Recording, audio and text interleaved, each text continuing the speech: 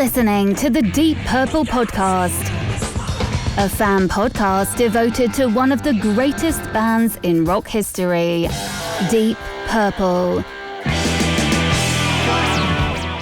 Your hosts, Nate and John, cover their shared history with the band, discover new music together, and cover the farthest reaches of the Deep Purple family tree and beyond.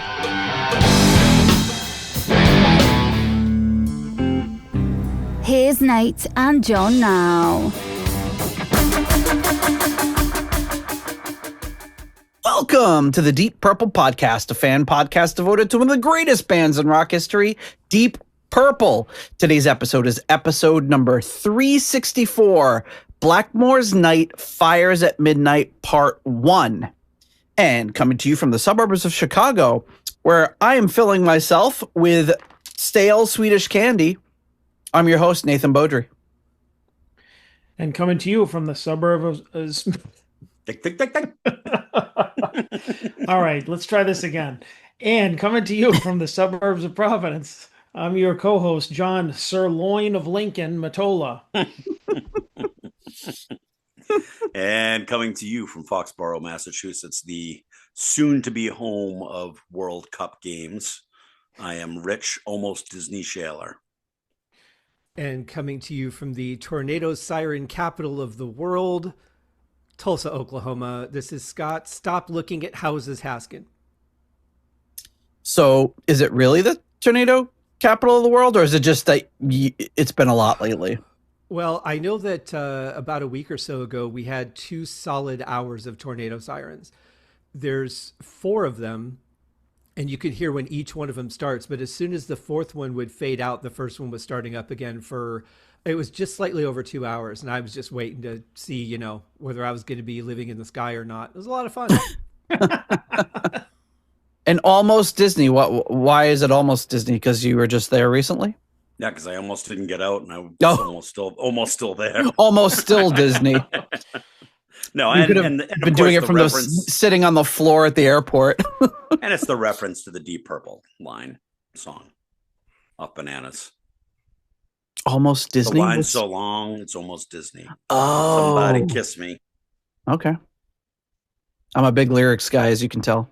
Well, I'm not usually either, but that one kind of stuck out to me. Yeah, it makes sense. Goes with the theme. So I don't know if those episodes have made it live yet, but the latest thing with John is we do AI or JI to figure out if artificial intelligence or John intelligence made up his nickname this week. There's a lot of specifics in John's nickname, but it does go with the Blackmore's Night theme of doing a Sir blah blah blah blah. So I'm going to say it's JI this week.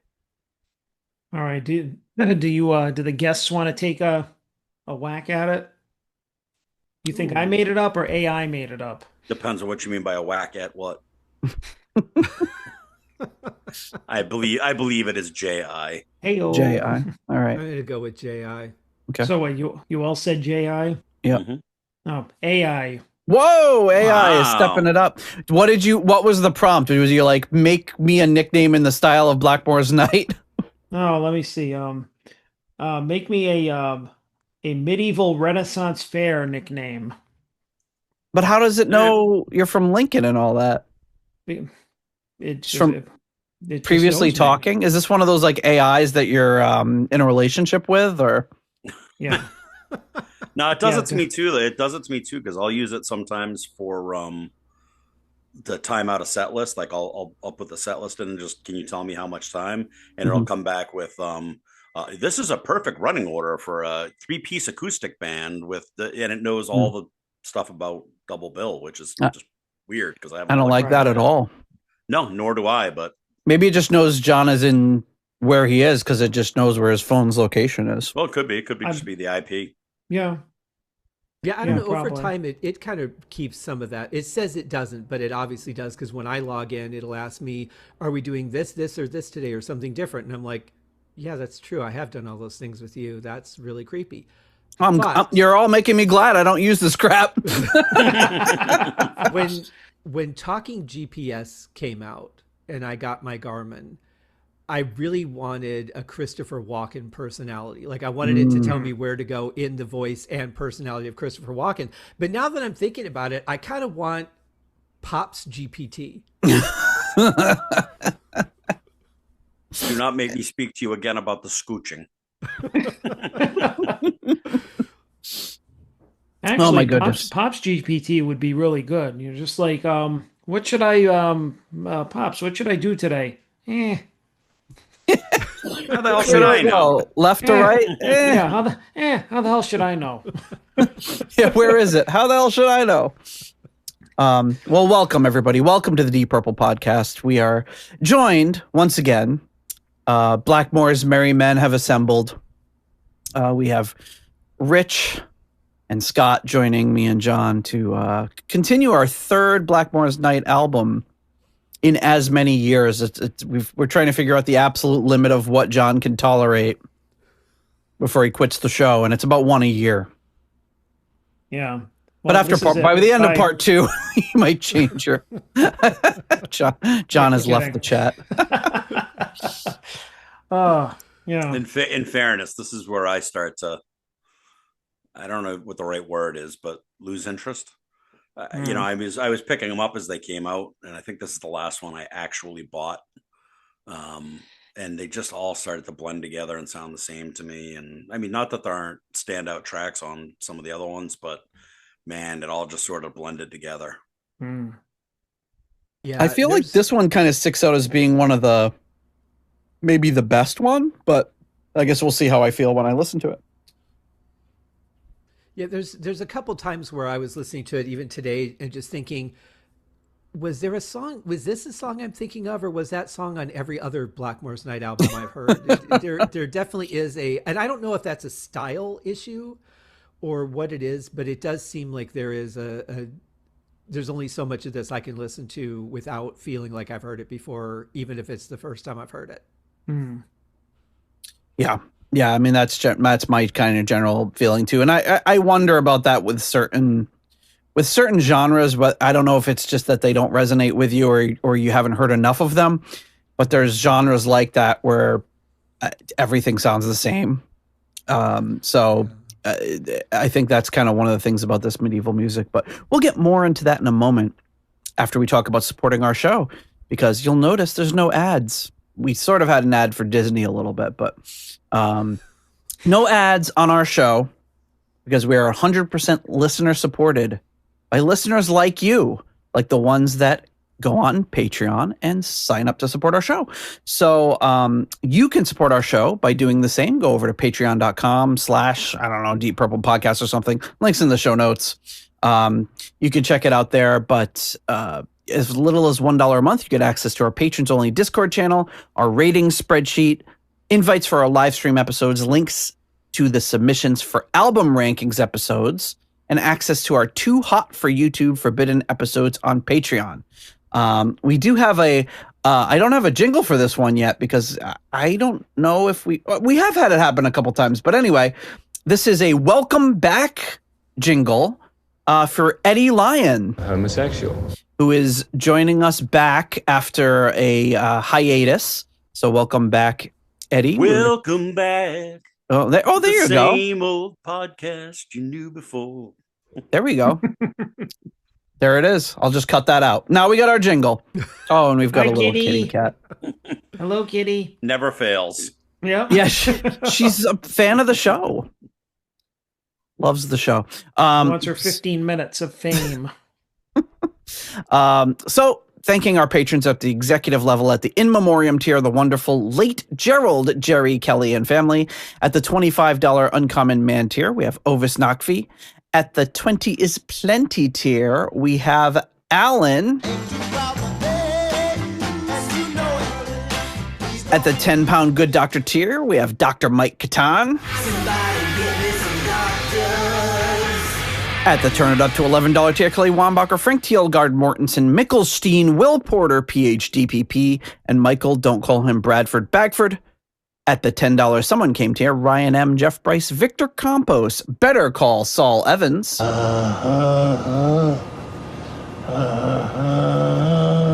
And Peter from Illinois. At the £8 lesser-known patrons tier, we have Robert Smith. And at the Deep Thoughts by John Matola tier, the one and only Fielding Fowler. And now, Deep Thoughts by John Matola. I mean, he could just suck. Fielding's on fire tonight. And of course, there's the Deep Purple Podcast Hall of Fame. Joining us today, we have Rich Yangui Shaylor. Who the hell is that? Jörg Planer and Norman Weichelbaum. Thank you so much to all of you for your generous support of the Deep Purple Podcast. And speaking of rankings episodes, next up, as of hearing this, we'll be done recording the Stormbringer episode. So next is Come Taste the Band. So make sure to sign up for that Patreon, or sign up on Patreon to become a patron and rank the songs on Come Taste the Band. That should be a really fun one. Did I miss Stormbringer? No. As of this recording, you have not. As of the episode. Did you rank the songs yet? No. No? Okay. So yeah, you got time. As of recording. I asked if you missed it. But if you see this episode pop up in your podcast feed, you might be too late. All right. Well, I'll get on it as soon as we get off here.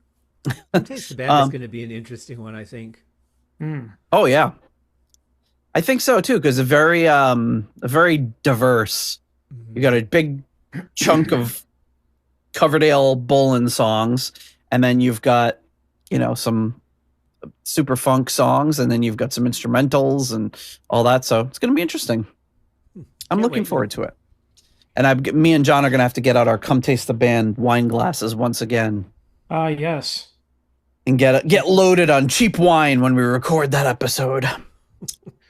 Don't threaten me with a good time. I'm not going to, because we are going to get into the episode and talk about Blackmore's Night. Fires at midnight. Don't threaten me. Don't threaten me. Obviously, we have Richie Blackmore and Candace Knight. We have Sir Robert of Normandy on his first album appearance. What's that? J.I. Do you think that one's J? No, that one's R.I. That was invented by Richie because he met him at a Long Island restaurant called the Normandy. So he called him Sir Robert of Normandy. His real name is Robert Curiano. He plays bass and backing vocals. An interesting tidbit about him. Well, he joined them on the Under a Violent Moon tour, and he was the original producer of the Backstreet Boys. So he got in the early 90s, and then they kind of parted ways and brought in some other people, and then the Backstreet Boys became what they were. So he missed that gravy train. Logical I progression. think that's just very wow, couldn't go in any more different of a direction. Nope. But speaking of different directions, we also have Pat Regan back again on keyboards, who produced and did keyboards with Weird Al on his first 3 albums. So that's the great Weird Al and Richie Blackmore Deep Purple connection. Then we have Carmine Giglio on keyboards, Chris Devine on violin, viola, recorders, and flute, Mike Sorrentino on drums, Richard Weiderman on trumpets, John Passanante. Oh, Paisan. Oh, and then an additional musician that John's going to appreciate, who brings in the bagpipes for one song, Albert Danneman. So Richie's a Long Island guy, so you got a lot of paisans on this recording. Curiano, Giglio, Sorrentino, Passante. Some really good names there. So yes, pushing to rename the band the Blackstreet Boys.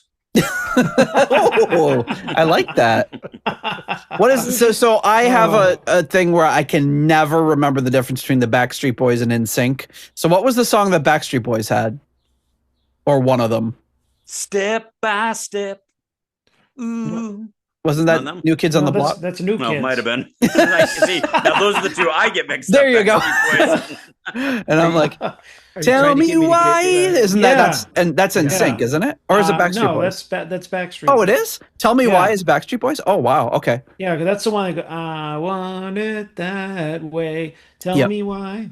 And they do it in that laundry commercial now, which is why it's stuck in my head, because they did a commercial for like Tide Pods or some shit, and it's And they're like, tell me why my laundry's so fresh or something. Hey, tell me why I can't get out these blood stains. I think Rich is just trying to get me to get Christine Lakin back on the show to do some promo for you guys. Oh yeah, we have to dig that one out. Put the link in the show notes. That was fun. Okay, so yeah, that's pretty much it for the credits there. So our next up, we've got of course, our album art, which I can't find right now. So give me one. Oh, I cannot Stop yelling at me, Zoom. I'm going to bring up the art, but the art was done by artwork by Heather Findlay, who looks like she was an artist and musician who worked with the band. Looks like she had a band that actually opened for them as well. So keeping it in the family there. And then the photo is on this album by George Chin, who was like a super prolific rock photographer. He did work with like everybody you've heard of: Guns N' Roses, Bon Jovi, Rolling Stones, Iron Maiden, Aerosmith. Go down the list. Oh, so he's going to be the one that kind of did the art for this one. And let me pull up the album cover once I find it, and then we can take a look and see. Oh my God, it's moving so slow. It's like that scene in Office Space where he's trying to copy the file and it just keeps going and going. There we go. I was going to say, did you finally fire up one of Pete's computers from like I was looking this up ago? I was looking this up on Microsoft Encarta to see if they had any information about the album. But here we go. Here is the album cover, and I want to hear from John first. John, what do you think of the cover for Fires at Midnight?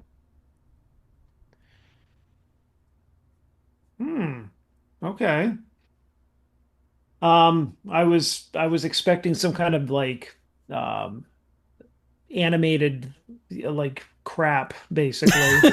So you're expecting like a drawing. Well, yeah, like a poorly drawn, like what we saw before, like really kind of cartoonish, not not really great. But so I don't know. Actually, looks pretty cool.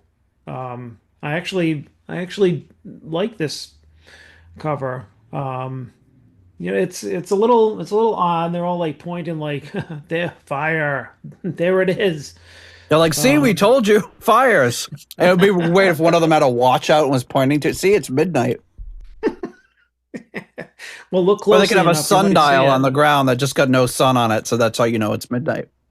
Yeah, I mean, I guess one of these album covers, it looks like it's a little on the nose, but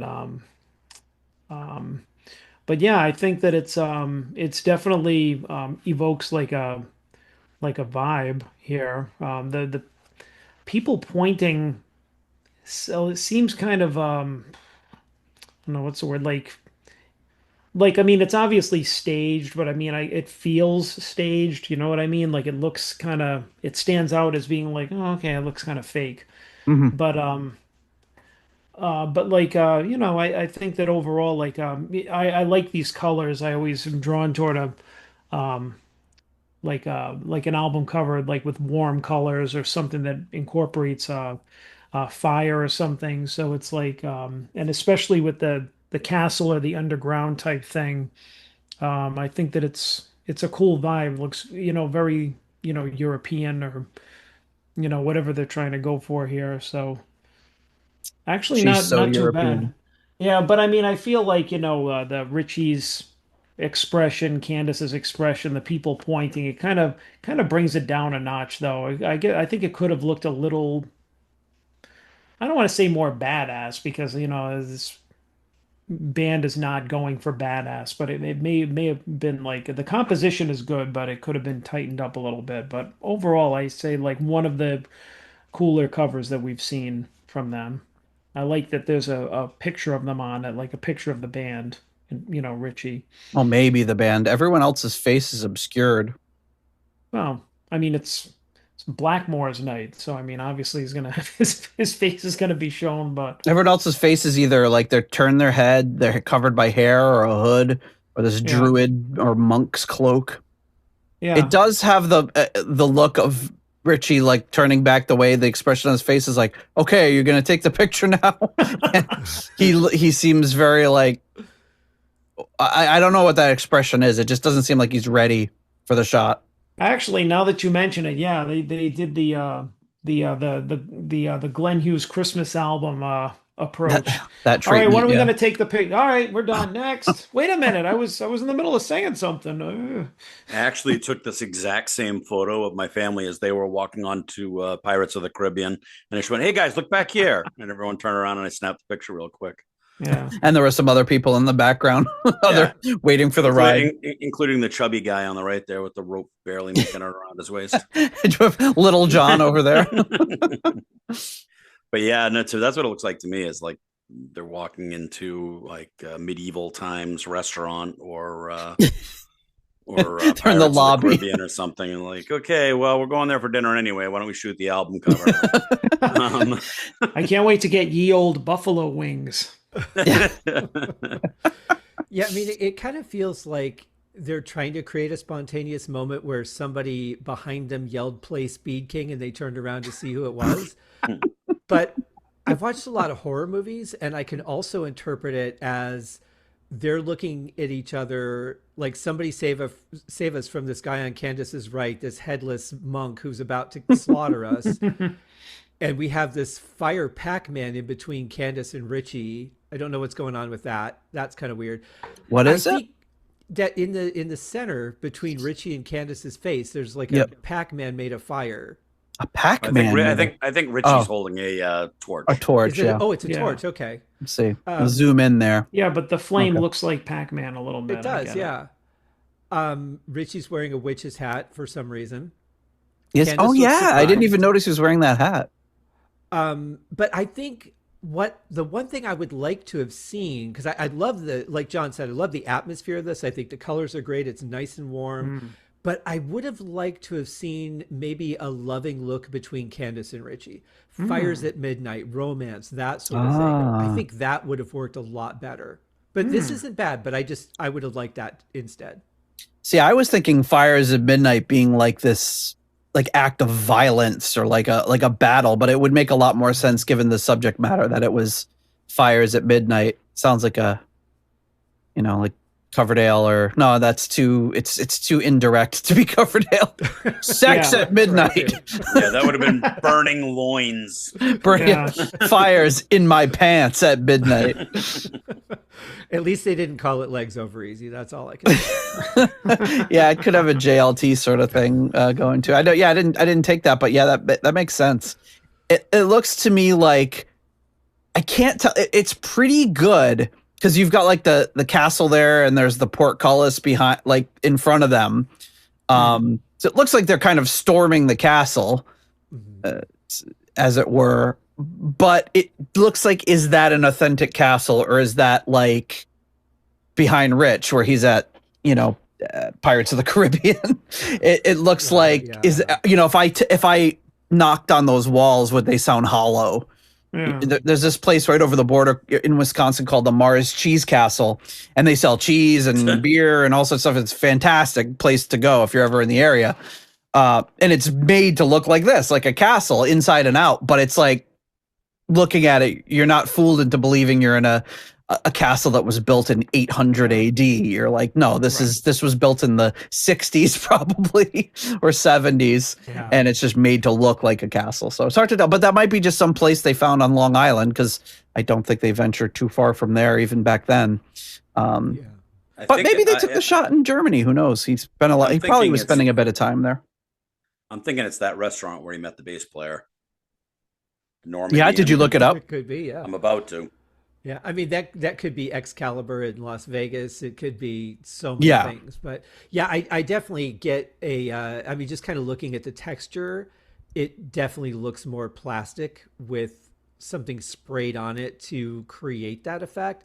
But I think I'm kind of going more with the horror thing, because you've got the hooded guy to Candace's right. She's got like a surprised or maybe scared look on her face.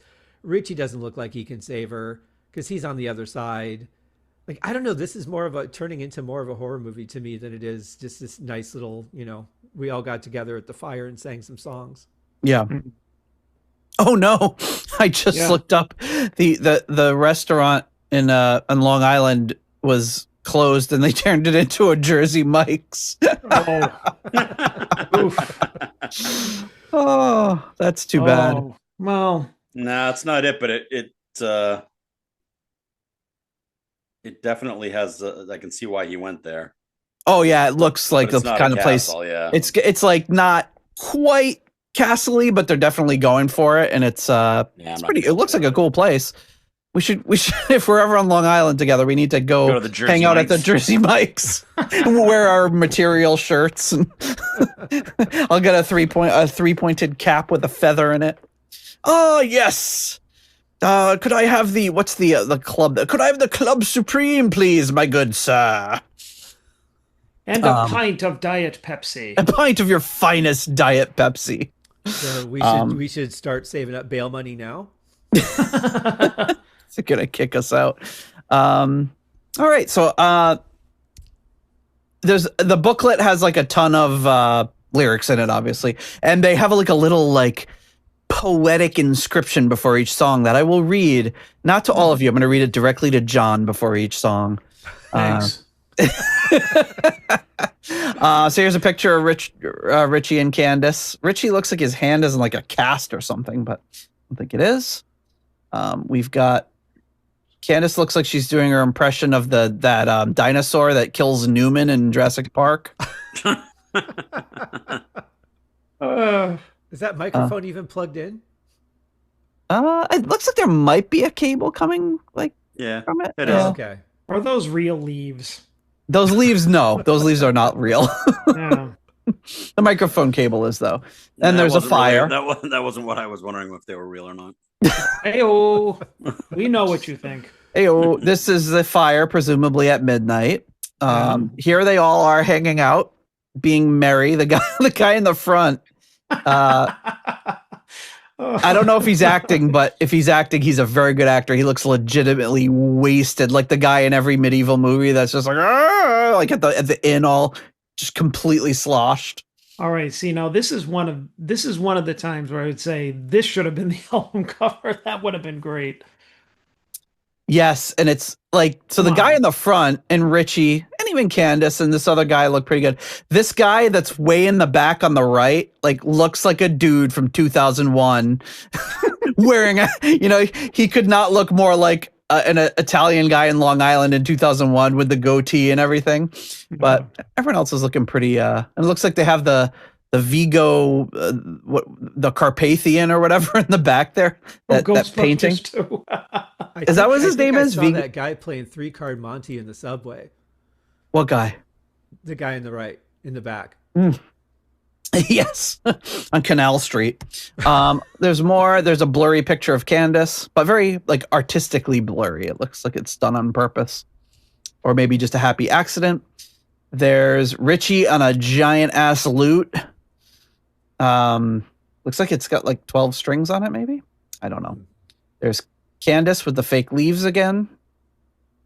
And there's a hanging tree sort of thing. And another shot. There's a lot of glamour shots of Candace in here. So do you have a copy of the CD, Rich? Yeah. The pictures didn't survive, though. No. I have a double vinyl, which they re-released it a couple years ago, and I got a really nice red vinyl copy of it. I do joke about her often, but I will say this, that those pictures really don't do her justice. Yeah, I mean, and that's surprising because she looks gorgeous in these pictures. But that's true. Honestly, really does not do her justice. Since the last time we recorded, you've actually met them. Yeah, was that after the last time or before the last time? I don't know. Yeah, it must have been almost a year ago. It was like around April. It was a year ago right now. Yeah, I think it was a year ago now. Yeah, I remember I was pulling into the parking lot at Home Depot and Rich called me and he never calls me and I was like, he's like, I have to I've got a story to tell you. Which some of it may have to remain untold until after certain parties are no longer with us. But Rich got to meet Richie, so that's all that matters. Another picture of Richie with a guitar. There's Candace in front of a big castle-looking door. And Another great shot of Candace. And then a little collage. Richie with a cat. Looks just like you, Rich, when you were holding up your cat earlier. Hey, and the cat in the middle looks like your cat. A little bit. Yeah. Tell me who calls it Eddie Cat Halen. There's Richie outside of a shack or something, and Candace standing on a hill with a bunch of cows. All right, so just classic stuff. So there you go. That's a little tour of the booklet. And without further ado, should we get into the music? Or with further ado of doing our patrons and then getting into the music? Well, before we do, I just want to say, being that they're with ear music, their packages are usually pretty good. It's like quality stuff, pretty extensive. You get a lot. I mean, they cost a lot, but you get a lot with them. Yeah. Yes, the one that I have, the Shadows of the Moon 2 record thing, and it's like packed, like when you open it up, the sleeves for the record are like open like this, because there's just records and posters and all sorts of, no golden ticket, sadly. Although I always think like one of these days I'm going to open it up and find that it was like tucked behind something, because they only mentioned giving away one of those strats. That's right. I've thought about that.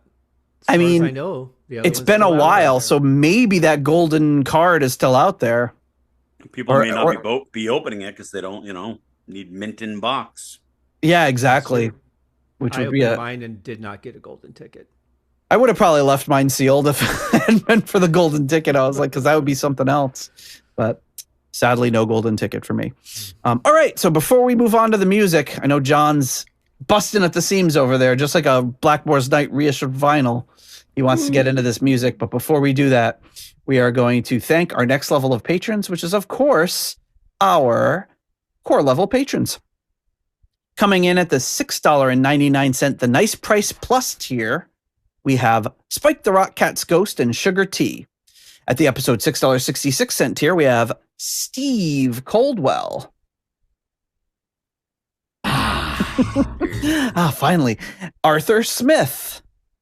Getting support from the patron Arthur Smith. And Charles Meadows. At the $6.65 Almost Evil tier, we have Kenny Wymore, Richie Sucksmith, and Sarah Jane. My Sarah Jane. At the 70 Norwegian kroner tier, we have Kai Runa, Yes, I'm Norwegian Olsen.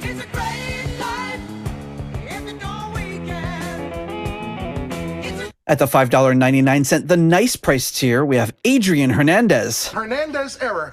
Hey, who the hell are you? And Scalloped Strat Matt. At the 60 kroner Scandinavian Nights tier, DJ Newt Martin Johansson.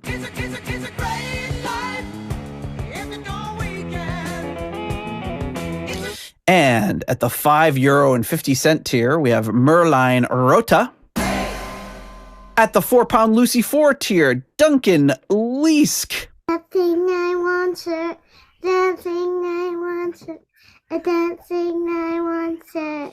At the $5 Moneylender tier, John Convery, German Heindel, German Heindel, Jesper Alman, Alexei the Perfect Stranger Slepikoff, Kev Roberts, Scott Zern, Cynthia Doobie, Raf Calf. My Czechoslovakian is not so good. Coyote Bongwater.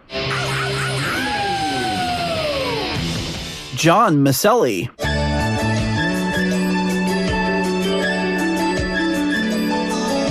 Could also give you a shiny coat and prevent doggy breath. Sarah Sanders. No, Kelly Clarkson. Jelly Bean. Evan Robeson. Purple Swede. Hookah, shaka, hookah, hookah. Swede. Sweet, sweet, sweet, sweet, sweet, sweet, sweet, sweet. Ralphie Lee. And I'm not a rich man, and I'm not your friend, Rich, either. And Joe Dopefish Sigler.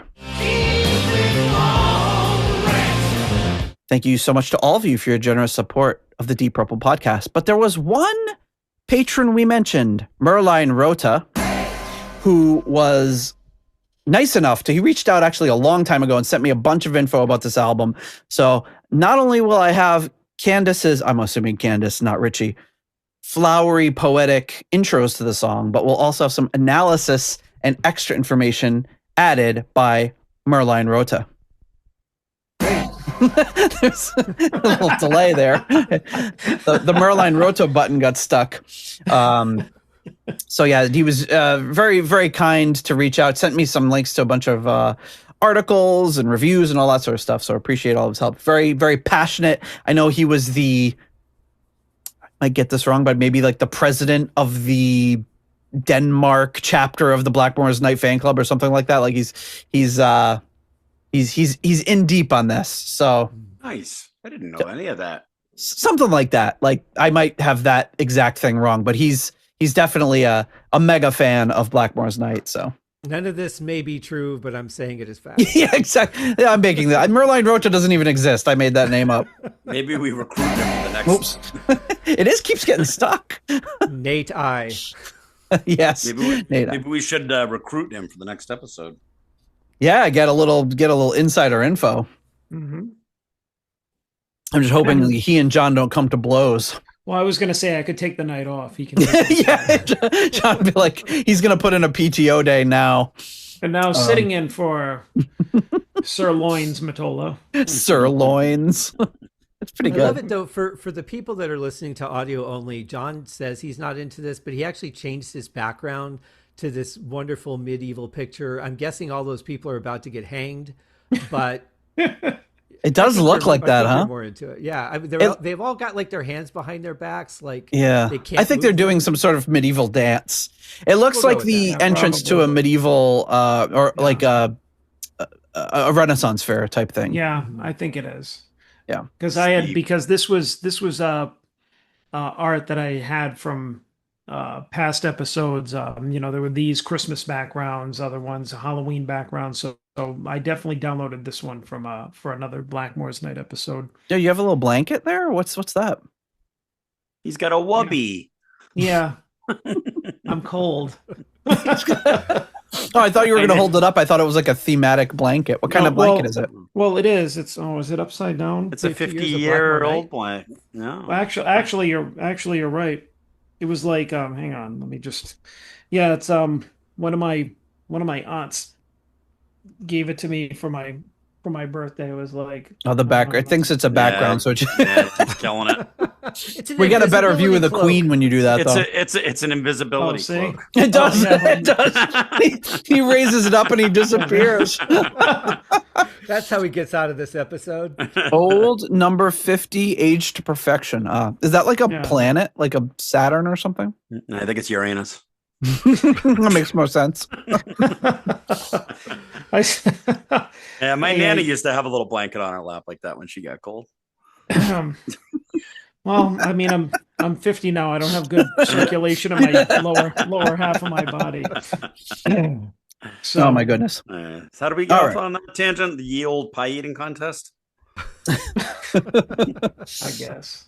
All right. So the first track up is called, in a kind of going along with the planetary theme, "Written in the Stars." And John, do you know what Candace has to say about this one? I'm just guessing it's her. What? Did you want Rich and I to go back in the waiting room while you read these to John? No, I want you guys to experience this. It says, "Do you believe in destiny? Would you want to know the future if you could? Or is it better not to know?"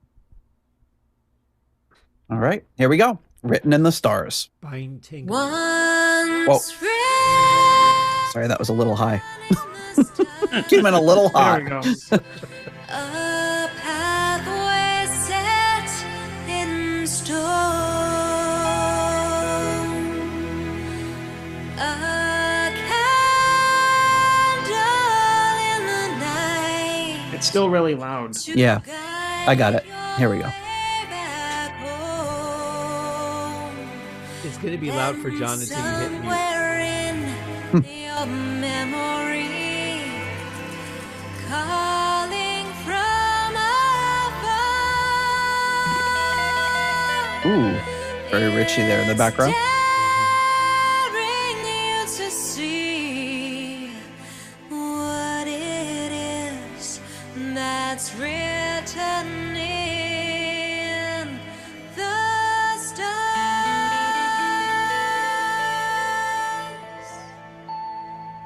She sounds really confident. Like by this album, she's in, you know? Yeah, she definitely. I mean, to open an album with just vocals, basically no accompaniment, is a ballsy move.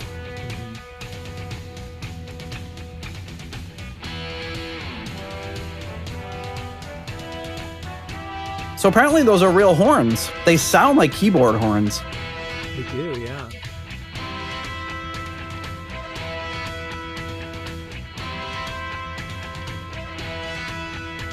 Like the guitar sound there. Yeah.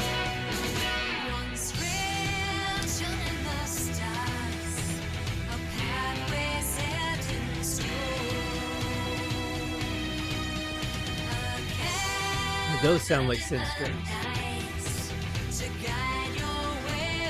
Yes, it looks like the strings are all synth. Richie's doing a lot of his.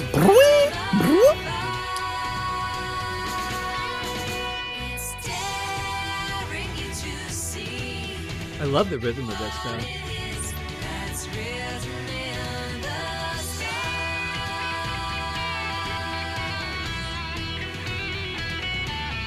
It's a very like metal rhythm, but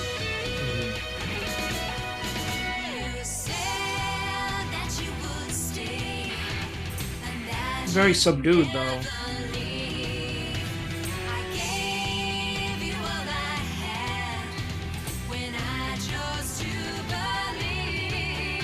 I don't normally like layered vocals like that, but she sounds good.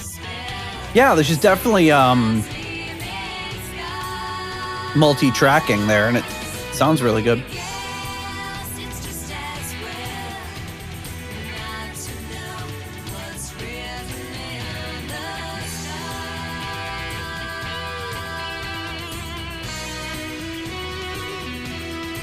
And a lot of classic sound in Richie fills. Yes.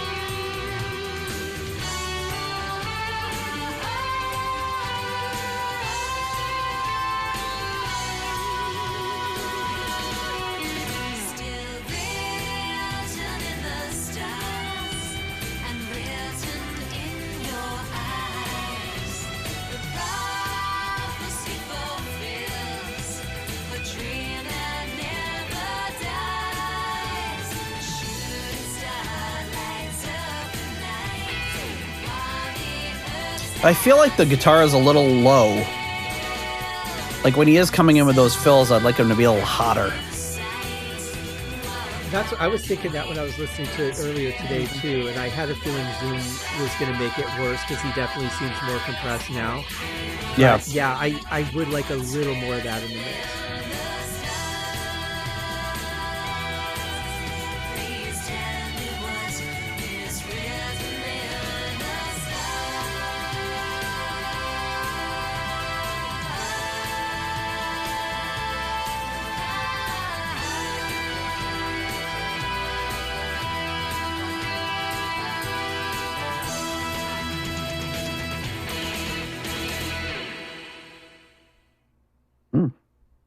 Very like, I don't know, it sounded almost like a bad plate reverb at the end there. Just like there's something about that reverb tail that kind of took me out of it a little bit.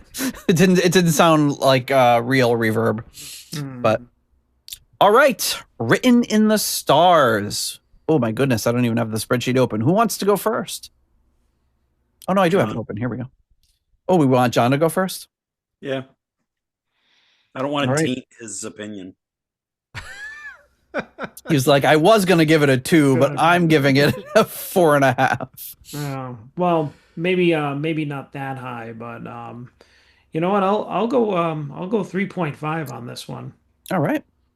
I actually didn't think it was I didn't think it was that bad. I mean, I expect like maybe a different kind of a opener for a Blackmore's Night album, you know, not approaching this like a rock album, like you should have like a really heavy track or whatever, but yeah, it was different than what I was expecting. I mean, the melody, the rhythm sounds a lot like what they usually do. But yeah, I was kind of surprised that it wasn't kind of an all acoustic type of thing. And I liked Richie's fills. He was doing a lot of like kind of classic Richie-isms in there, which was nice to hear.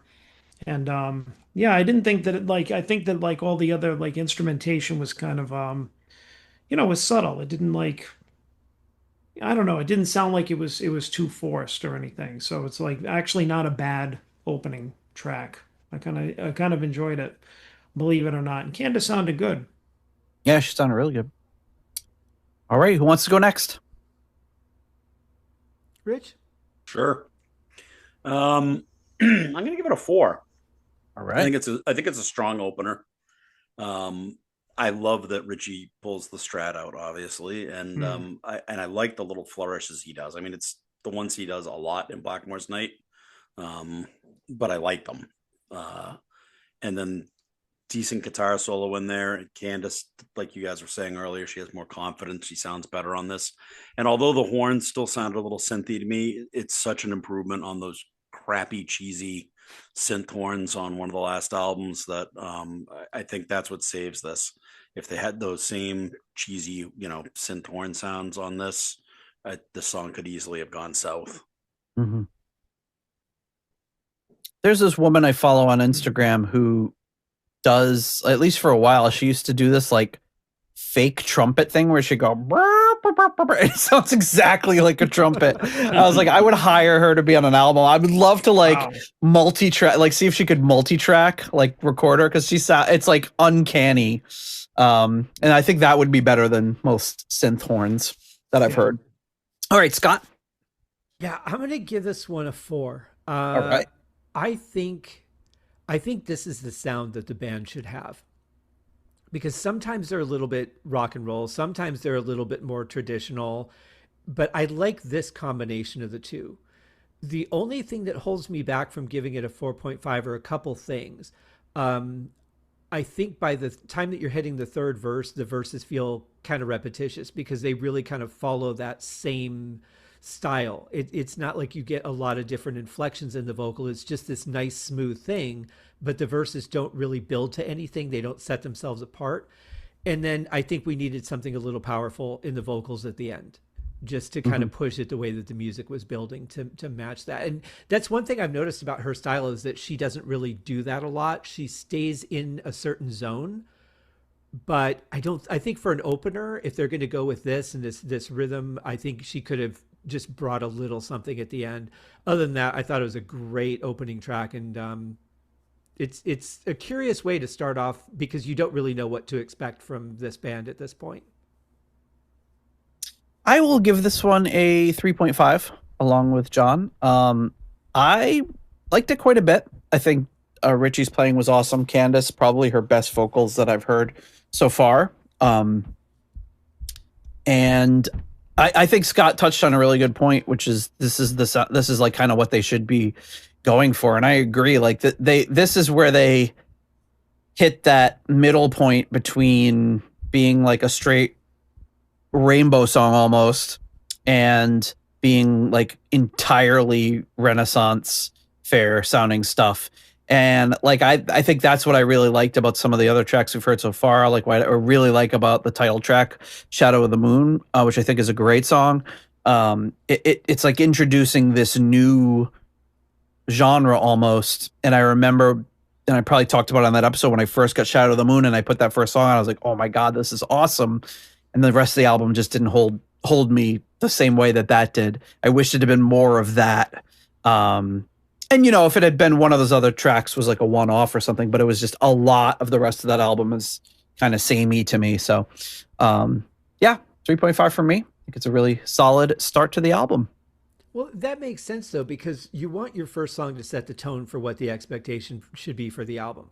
Yeah. You look at an album like In Rock, you got Speed King, and that whole album is just killer from start to finish. It drives, it's got an edge to it. Same thing, with a lot of the other albums. But yeah, this, like, that one I felt was really misleading. If that would have been the beginning of side 2 or something like that, I think would have made more sense, because the rest of the album didn't follow that. So it's like, if you are really into that song, then your expectations drop from there. Right. Yeah.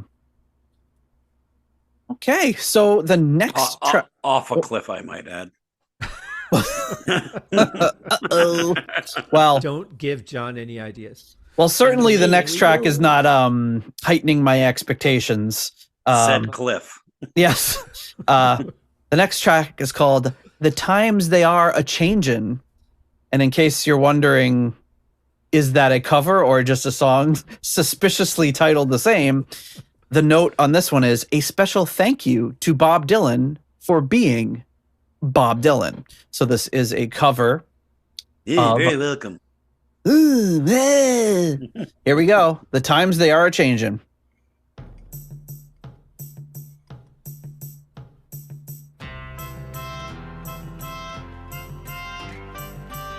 Babe, I got you, babe.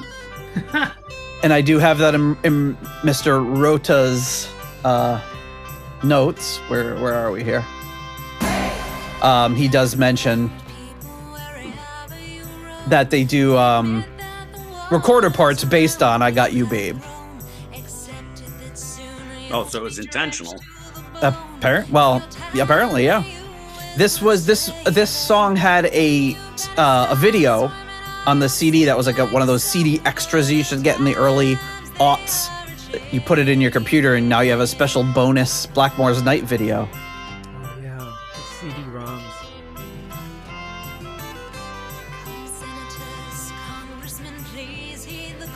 It's funny to talk about congressmen when you're such a Renaissance-y sounding song.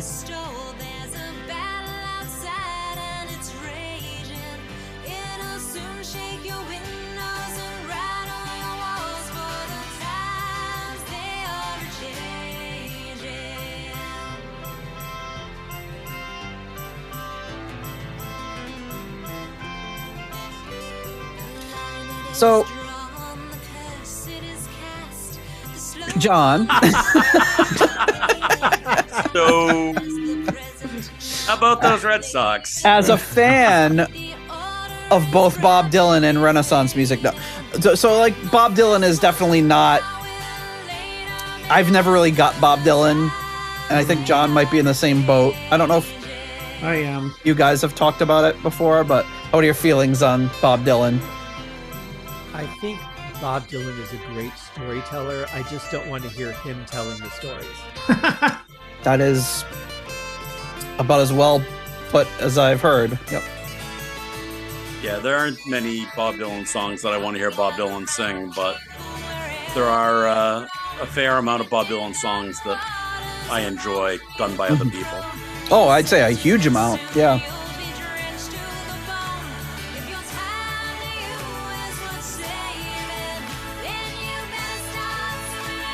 This not being one of them. Yeah, this is one of the ones that I've never heard of a version of the song that I really cared for.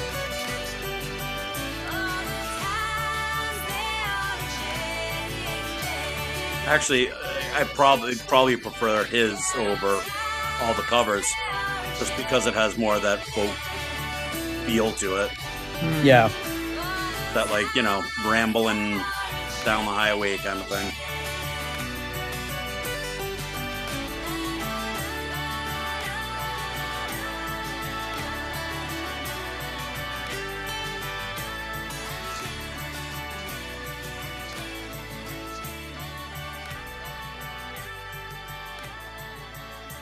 Some interesting kind of vocal rounds going on there.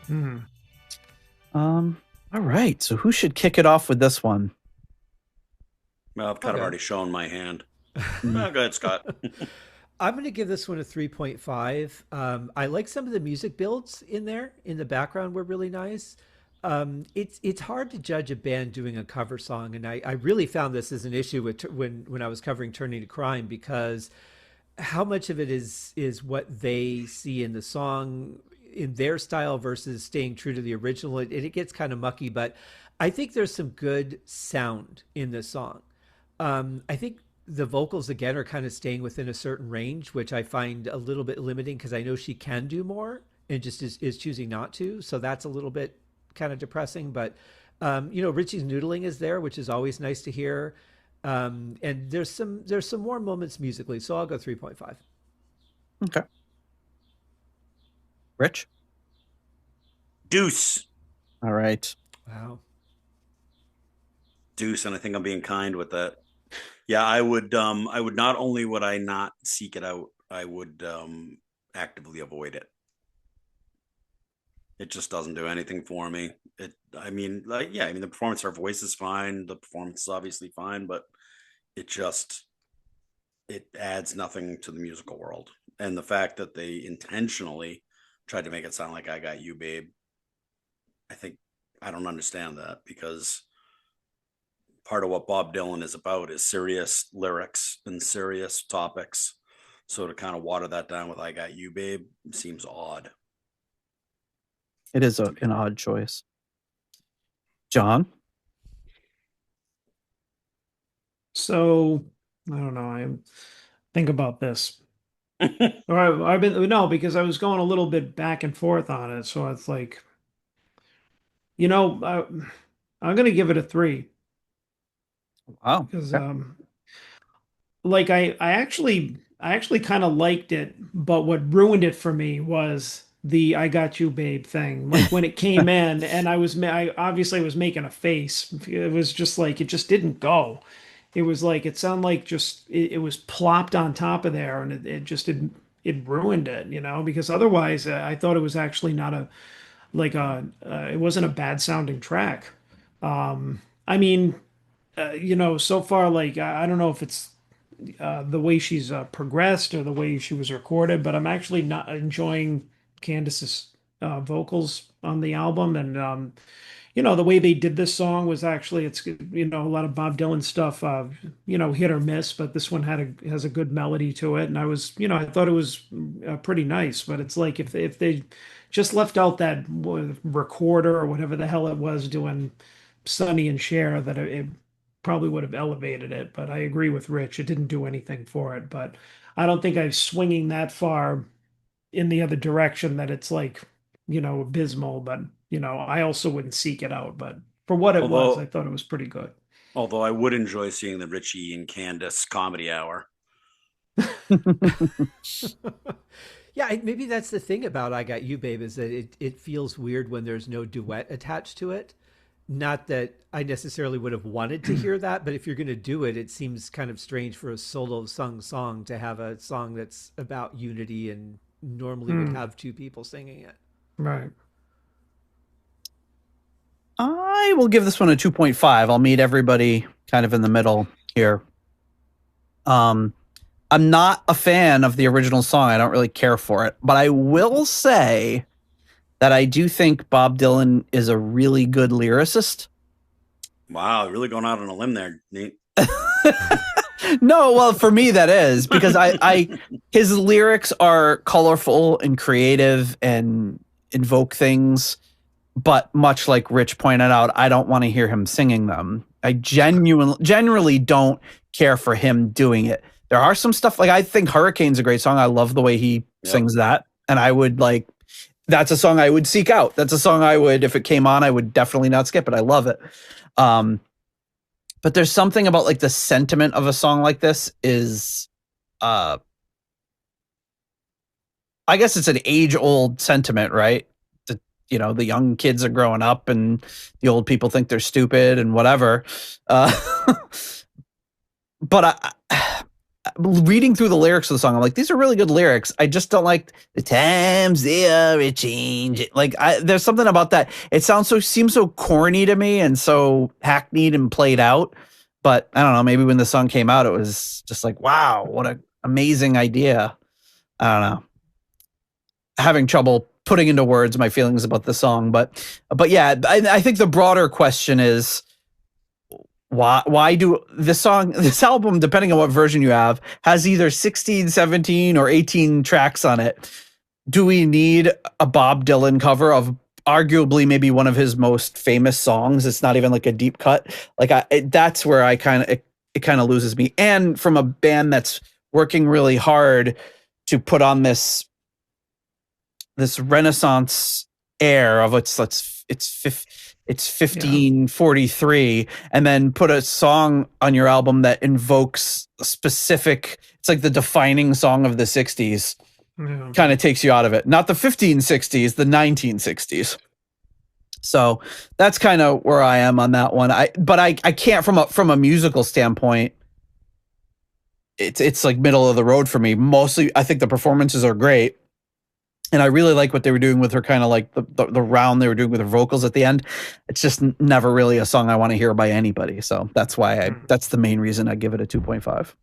Yeah, I mean, if you want to capture that era, you could have just done Time of the Season like they do in every single movie.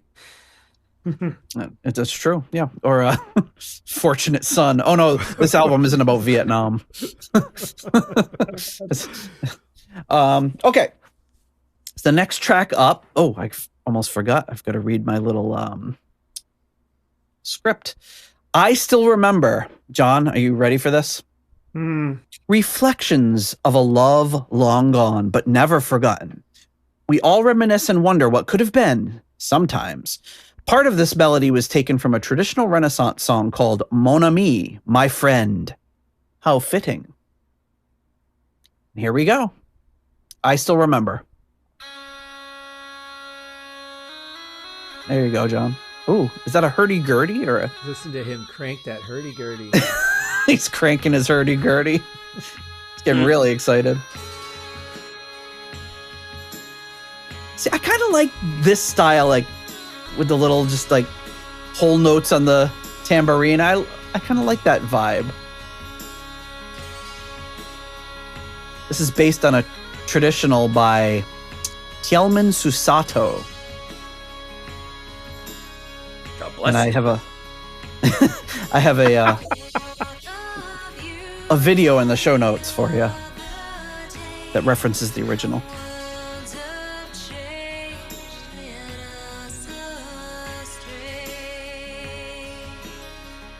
So to me, Blackmore's Night, I would like the vacillating between that opening track and something like this. Yeah, putting that last song in second position was maybe a little too drastic. It seems like it should be a bonus track that you usually don't listen to. Yeah. Yeah, that was bonus track material for sure. The kind of bonus where it doesn't feel like a bonus. It's a punishment, yeah.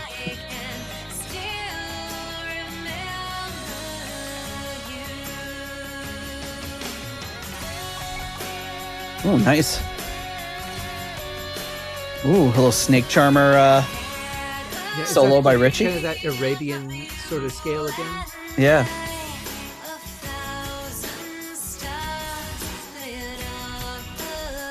This is very... I could see Rainbow doing this.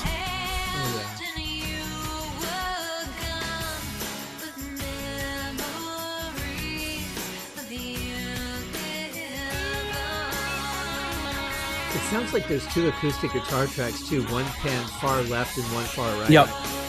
Yeah, because they're not completely in sync. Right. It's a nice effect. Mm-hmm. It really fills out the sound. In my recording days, I always did that. I always put one guitar, 3/4 on one side, and the other guitar 3/4 on the other side. Yeah, this sounds like it's 100% on both sides. Yeah. But I'm like in your school. I like it like almost all in one and the other.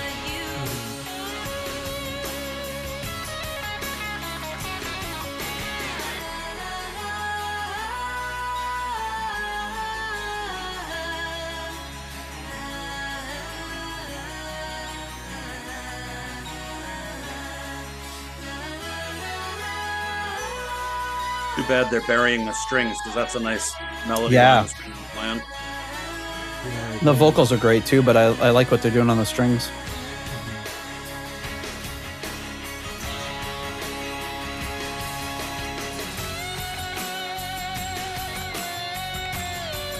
he's coming in like Jeff Beck on that one. It sounds really Beckish for the first note. And then not now, but the opening of the live version of Difficult to Cure from Final Vinyl when they had the orchestra, when he was playing with the octave pedal at the beginning. Oh, okay.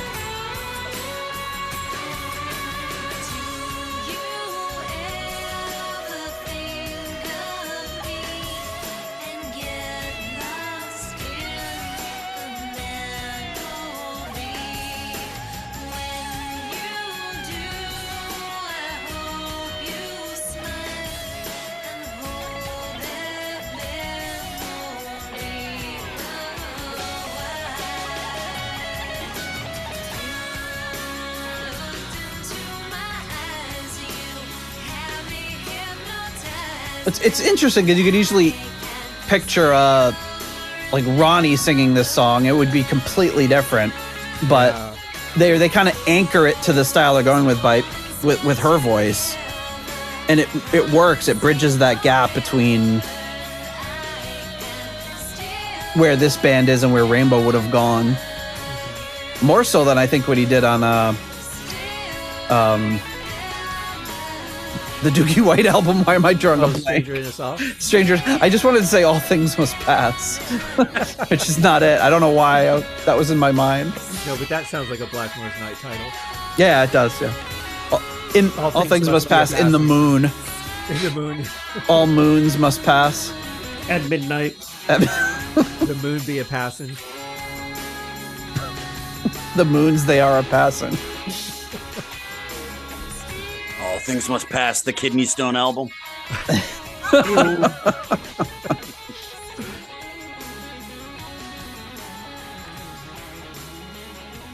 a kidney Oh, stone nice album. little run there at the end of the song. Well, Richie's got to noodle into the fade out. I mean, he did a really cool like. Gotta happen. Nice. All right. I haven't gone first yet, so maybe I'll go first on this one. All right.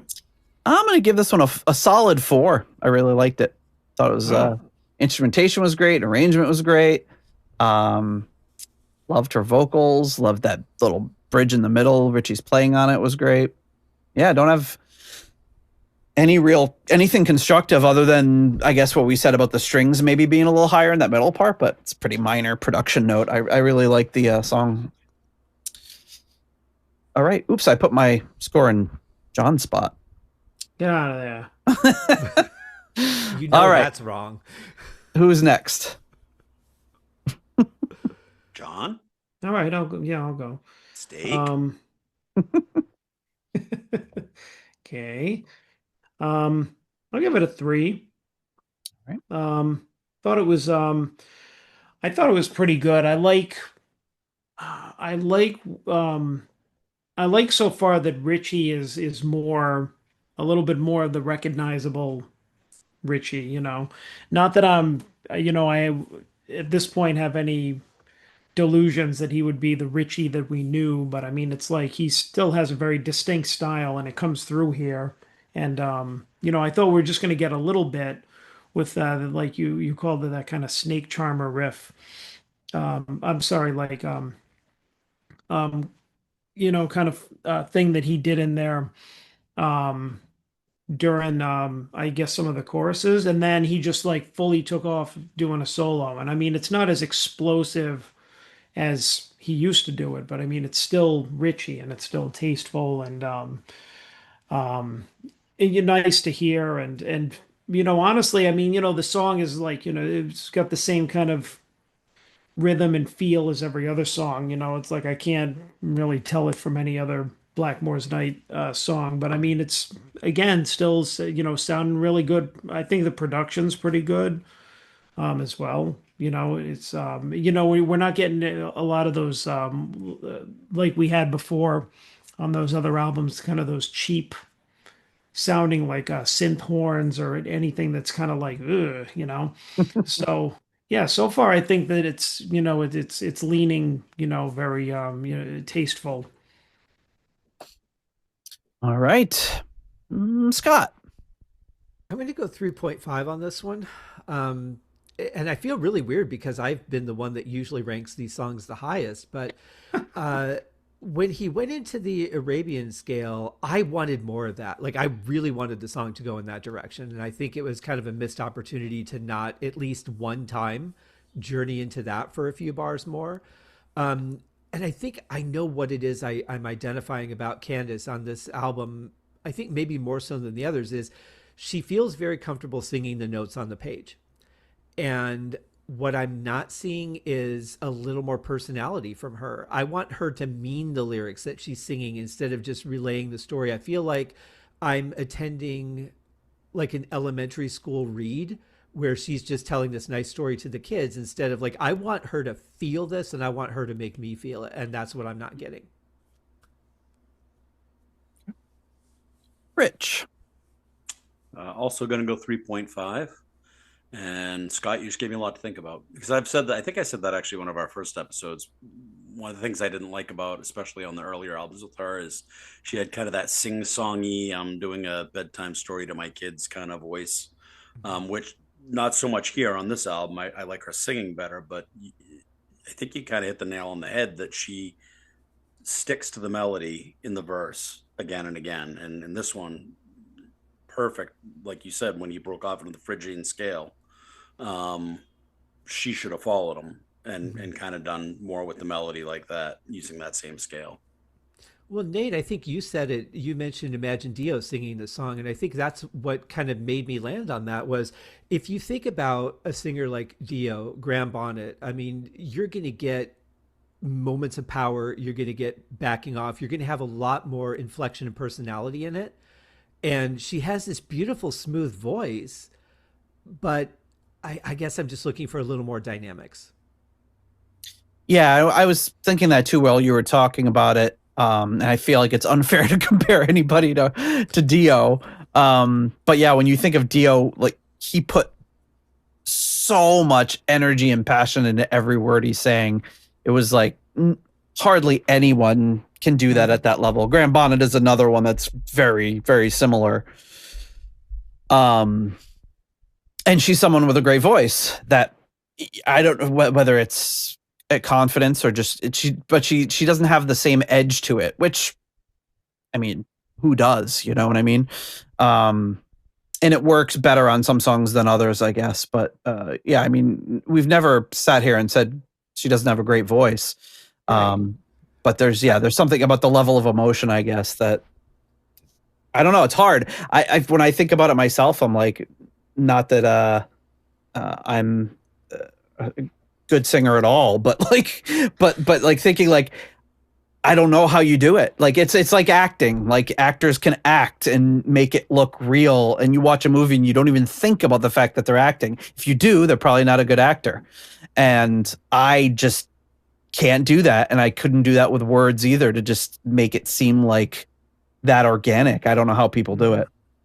Maybe it's the style of music for me. Maybe it's like when they bring in a little heavier, more hard-edged music, I want the vocal to follow that. And it seems off to, I mean, you wouldn't hire like a Disney princess to sing Metallica songs, right?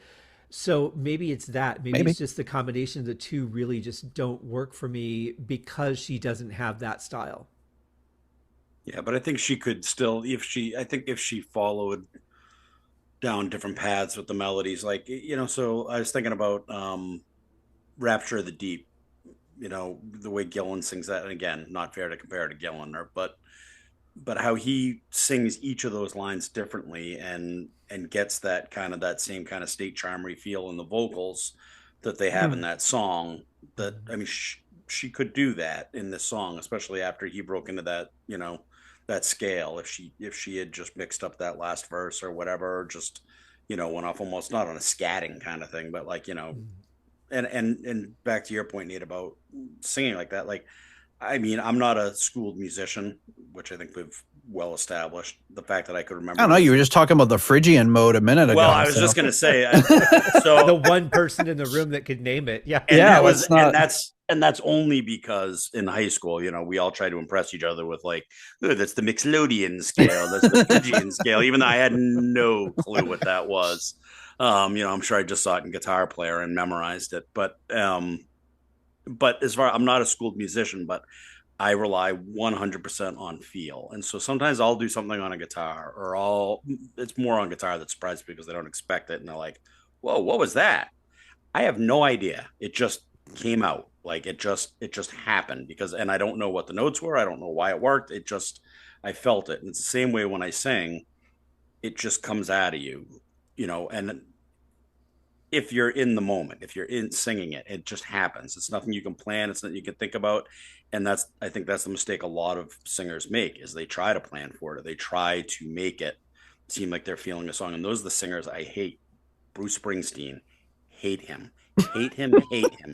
And not just because he's him, which I also hate, but I feel like it's that fake forced, like, working man kind of area. Like, I just feel like it's so forced and so planned. It's not natural. And I just don't like singers like that go over the top with that kind of like, oh, I'm going to really throw some feel into this song, and then you get a guy like a Stevie Ray Vaughan or, Warren Haynes, where it just comes out of them, Gillan, I mean, just comes out of them, Dio and people that, you go see multiple times. Los Lobos is another one for me. You go see them. They never sing the song the same way twice. Van Morrison, they never sing it same way twice. It's whatever they're feeling in that moment, and that's what makes you connect with it. Not and that's why I don't like bands like Journey and Foreigner. They're great singers, but I don't believe it. I just feel like they're just reciting the melody and the lyrics that they already sang. Well, would you agree that the third verse should not sound exactly like the first verse? Yeah, and I really hadn't given it any thought until you said it. And of course, now it's ruining every song for me. Thank you. I'm here for you, man. But no, I'm realizing that, yeah, and I don't know whether that's just an experience, or, I think Richie probably comes up with a lot of these melodies for her, and maybe I'm underselling her. Maybe she does it, and I apologize if she's the brains behind all of melodies, but some of them definitely seem like a Richie melody in some cases. But even with the cover, she could have taken that and gone somewhere with it on her own. She didn't have to stick to. I mean, she changed the phrasing, so why not change some of the melody? Because Dylan's phrasing is different in that song. So I don't know. I don't know whether it's just comfort or why, or just the type of singer she is. But I don't know if you've listened to any of her actual solo music or not yet, no. Whatever you call it. It's okay, but very much the same kind of thing. Very much kind of, pretty but not breaking any new ground. And I listen to stuff. That's what blows me away with people like Gillan or, not so much Dio. Like but there are certain singers where I'm like, what made them go in that direction? I mean, of course the Beatles, but like I find it with there's certain singers, like I have a really hard time with either their phrasing or the way that they sing it, like their melody, like Thin Lizzy, Phil Lynot's phrasing, not necessarily the notes he sings, but just the way where he places it on the beat, and it's really hard to do it the right way. And Van Morrison is another one like that. It's almost, because it's like almost that jazz scatting style sometimes, like there's no rhyme or reason to where it is, and you just have to feel it. Like I've done Moonlight a million times, and I generally screw it up every time that I try to think about it. And the only times I sing it right is when I got a little buzz on, and I just don't even think about it and don't worry about it and just let it come out of me, because that's how he sings it.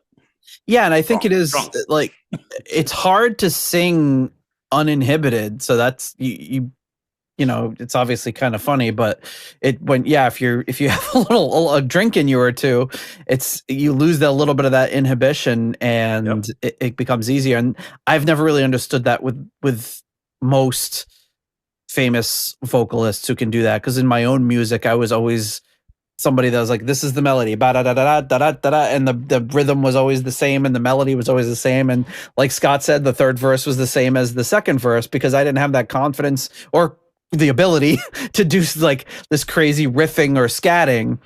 And when I hear other vocalists do this, like Rich just said, I don't know how you thought to go there. Like I could come up with a melody, but it's always following that path. And I think that's kind of similar to what she's doing, despite, the talent that she obviously has. Yeah, I mean, as a singer or performer, I can't find that. I'm not a vocalist. I've had to sing in certain circumstances, but I find that I do exactly what she's doing. I can do this, so I'm going to do this because it's safe. But when I put my producer hat on, if I were producing this album, I would say, okay, that's really nice, but we got to do something different here.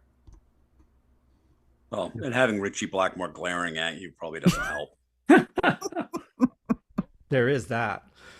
Well, she must be doing something right. She stuck around a lot longer than most vocalists. That's true. He never married any of the other lead singers. All right. So after that extended discussion, the next track up is called Home Again. And here is the blurb on it. You can travel to the ends of the earth, and all that you are searching for will be right at home awaiting your return. This is credited as featuring Ruby's Choir. And in the liner notes, it says the members of Ruby's Choir are Michelle, Anita, John, Kathy, Ken, Robert, Mike, Trish, Scott, Sue, Carmine, Mary, and Pete. That's a big choir. So pretty much all their friends that were there that day. And waiting to hear some Trish. It's been a while. Yeah, Trish. And John and I recorded a song called Home Again many years ago that he probably doesn't remember. We recorded it live. And let's see if this is a cover of that song. If it is, I want residuals. All right, here we go. Home Again.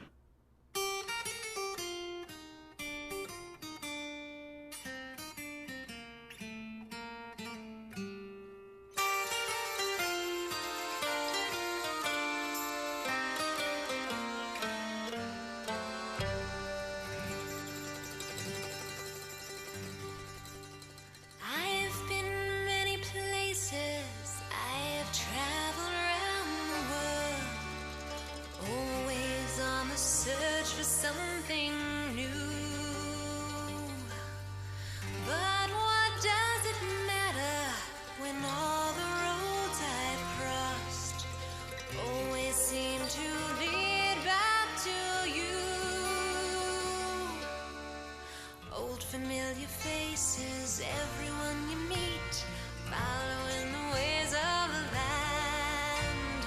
Cobblestones and lanterns lining every street, calling me to come home again. Dancing in the moonlight, singing in the rain. Oh, it's good to be. Oh, there's the choir.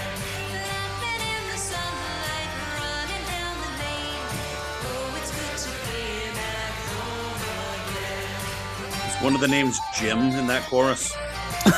Let me look. There was a John. John, yeah. No Jim. No Jim, sorry. Oh, John, there you go. Oh. They did it in the middle of the song. That's even worse. Well, they might do it at the end, too. It's the fake cheering in the middle of the song. How do you know it's not real? It could be real cheering. No, it's maybe a fake they were. out. Maybe that picture we saw of that loaded guy lying on the ground was from this recording. It all comes back to you. Old familiar faces, everyone you meet, following the ways of the land. Cobblestones and lanterns lining every street, calling me to come. And really, they're kind of making a lot of noise in the background. You hear this really noisy, like. I think that's supposed to. The whole thing's supposed to be like, you know, sitting around the fire with your beers, Yes. and everyone's jumping in and singing, and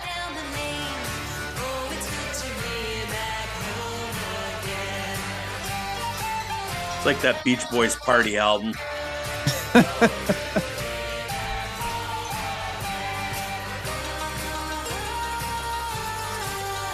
Now we just need some yacht renaissance albums to come out.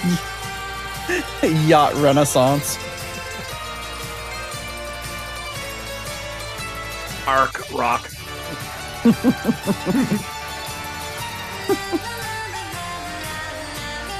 do like Richie playing that Spanish style guitar though. That's nice to hear from him. Yeah. And when I got weary, I'd sit a while and rest. So it seems this song is like cut up into 3 almost identical parts of this starting to sing with just a little accompaniment, and then it ramps up to the extremely reverberated choir. Were the things that I left behind. Nice vibrato, though. Old familiar faces, everyone you meet, following the ways of the land. Cobblestones and lanterns lining every street, calling me to come home again.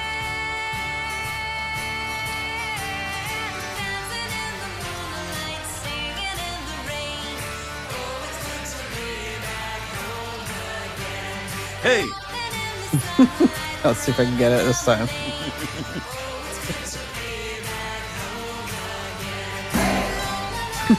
Nice. There we go.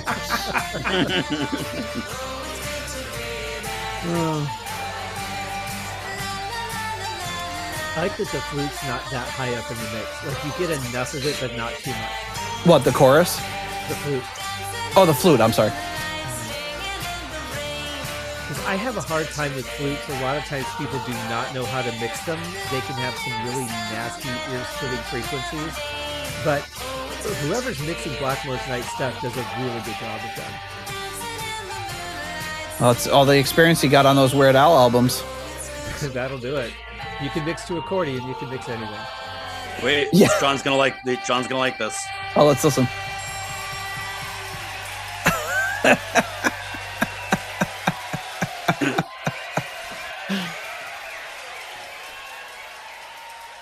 Speaking. To be fair, it's a good sounding crowd. Yeah, it was. I mean, it's very. Obviously, they pretty much snapped off the reverb knob when they turned it all the way up. But yeah, it sounds like them having fun in a little tavern or something. All right, I want to hear John first because I want to know. I want to know what John's ranking is, but I also want to know how he is allowing the cheering after the song to affect the ranking. 2. Okay. Ooh. I don't like it. This is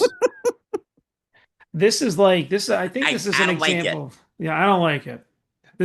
I think this is a good example of everything that I don't like about Blackmore's Night, because it's just very like, I don't know. I don't, when I hear this kind of stuff, I don't buy it.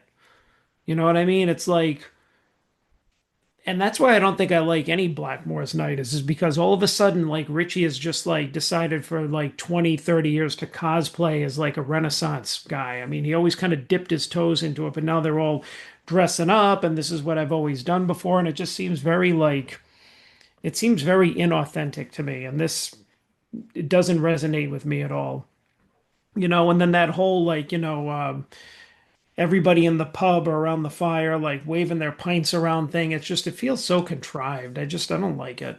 And I mean, and this was a paint by numbers performance for Candace. I've heard like whatever else we heard on the other Blackmore's Nights album, like I've heard this song before. So it was just really uninteresting. I didn't like it. Okay. Scott. I'm going to give this one a 3. I think there was some good musical performance in here. I enjoyed that. I agree with John. The whole premise does feel very contrived. If this would have been, let's say, a live track that they recorded at their annual Christmas party, in their living room, they brought out a couple of mics and it's just like a spontaneous in the moment thing, I think that would have worked. But whenever I hear a studio recorded track, it does have that we staged this feeling, when you hear Tony Ashton being drunk on a song, it's because he's actually drunk on a song. Yeah, not pretending. Yeah, right. They're not like, okay, we need you to play a drunk guy. He's like, no problem. The other thing is the setup of this song kind of reminded me of a band from Canada called the Arrogant Worms. They're a comedy band. And that the way that like it starts out and then it speeds up a little bit, and it's a setup for one of their songs. And it really kind of took me out of it. I think this album has been a really interesting journey, but it's really eclectic because we get, you know, kind of half rock and roll, half Renaissance. Then we get some stuff that's like, we're really in a castle with torches. I don't know. It's a really all over the place album, but I don't think this song is the greatest. All right, Rich. 5. No. I'm kind of back and forth between a 3 and a 3.5. And the reason being, I'll give it a 3. Okay. Is I can't separate it from the live performances, and they play this one pretty much, I think, every time I've seen them, is that everything we dislike about it as a recording is everything that works live. Because it really does turn into that kind of party feel, and all the people that are dressed up as gnomes and hobbits and all the other things at their shows get really into it, and they're dancing around and singing it. And even the people who aren't dressed up are singing it. And Richie's handing out beers, and and they really extend it. And like the parts where it slows down and she's singing all by herself, they drag it out a little bit, like to make it funny, hold the notes and stuff, and it becomes more of what the song is supposed to be, just sitting around the campfire. So I kind of put it in that realm. Like if I was, hanging out in my backyard with a bunch of my buddies and guitars, and you just start playing something like this, or the Unicorn song, something silly like that, and everyone just starts singing it and jumping in on it. And I know that's what they were going for. It's just almost impossible to get across on an album like this. In a pre-recorded session. I think one of you guys had put a live version on it, and that probably would have been a better idea. I will give us a 2.5. I kind of agree with John, but hearing what Rich has to say, like I can imagine in concert, the audience becomes that choir and sings those lines because you don't have the 15 people that were in the studio to do it. And it would sound more organic and more natural, and kind of that I would like to see. But yeah, it's a little forced on the album. So, and I think the 3 repetitions through that progression are a little, it's by the time you go to the third one, you're like, okay, I kind of get it. And this next one is going to be kind of a little unnecessary, but I need to search out a live version of it for sure. Yeah, see, that's why I don't like live albums to listen to that much. I mean, I have a few that I do enjoy, but because I feel like you have to be there to experience it. And I think this is a perfect kind of reverse example where you need to be there in the room and feel this song. You need to be a part of the party. And I feel like I'm an observer when I listen to the studio version of this. It would have been a cool thing to actually perform it live and record it for the album that way.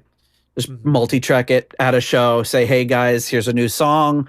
Here's what the chorus is going to be. You'll get the idea. We'll point to you when it's time to sing it. Audience could learn this in about 30 seconds. You record it at 2 or 3 shows and put it on the album. That would be kind of a cool, inventive way of doing it.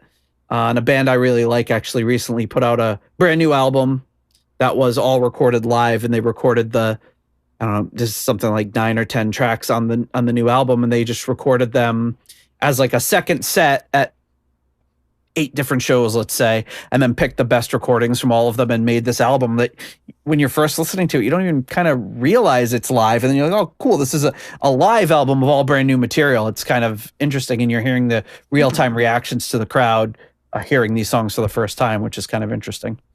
But also, I realized the logistics of that are a little challenging, so I could see why it wasn't necessarily done. Okay, the next song up is called Crowning of the King. And then of this, Candace writes, mainly a Teal'c Susato song. This is the celebration of majesty and pageantry, representing a new hope and a new chance with a new royal leader.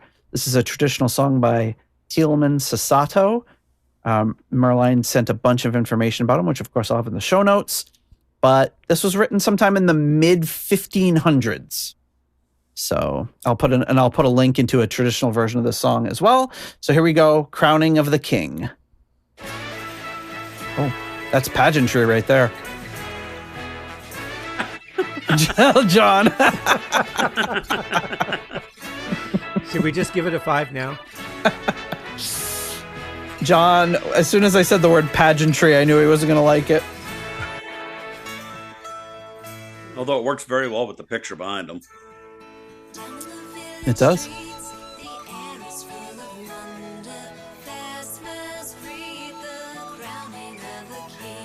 We need a maypole. I was going to say, I feel like... John might hang himself from it. I feel like frolicking down the path and picking berries all of a sudden. Yes. Yeah, with a basket on your forearm there. Mm-hmm.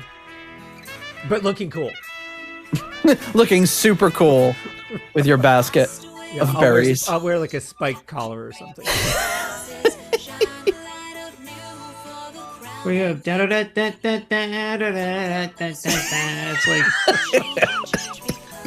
so bad. I can picture Candace like putting her hand out and a little bird landing on her finger and singing to the bird. Like that scene with Lily Tomlin in 9 to 5 where she's having her fantasy. Exactly.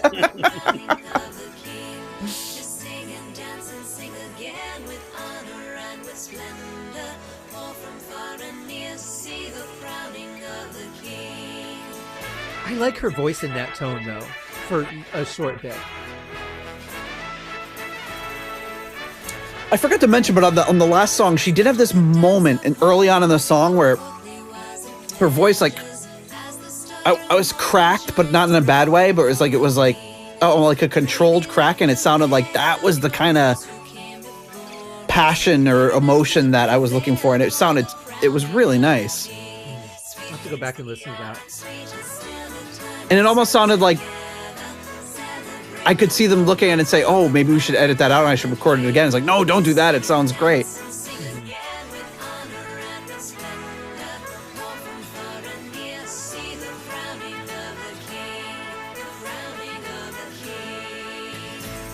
Yeah, that almost sounded cut and paste, you know? Like right in a row. Crowning of the King, yeah. Crowning of the... Yeah. With the CD skipped.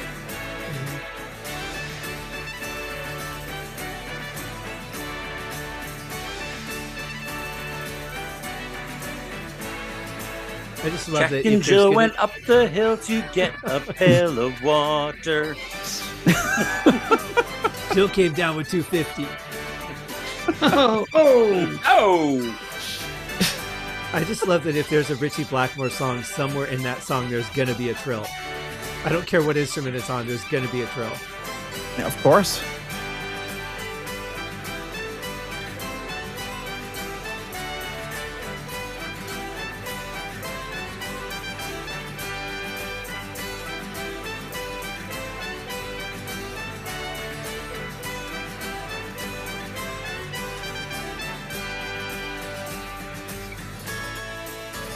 John, I probably asked this on previous episodes, but have you ever been to the Renaissance Fair?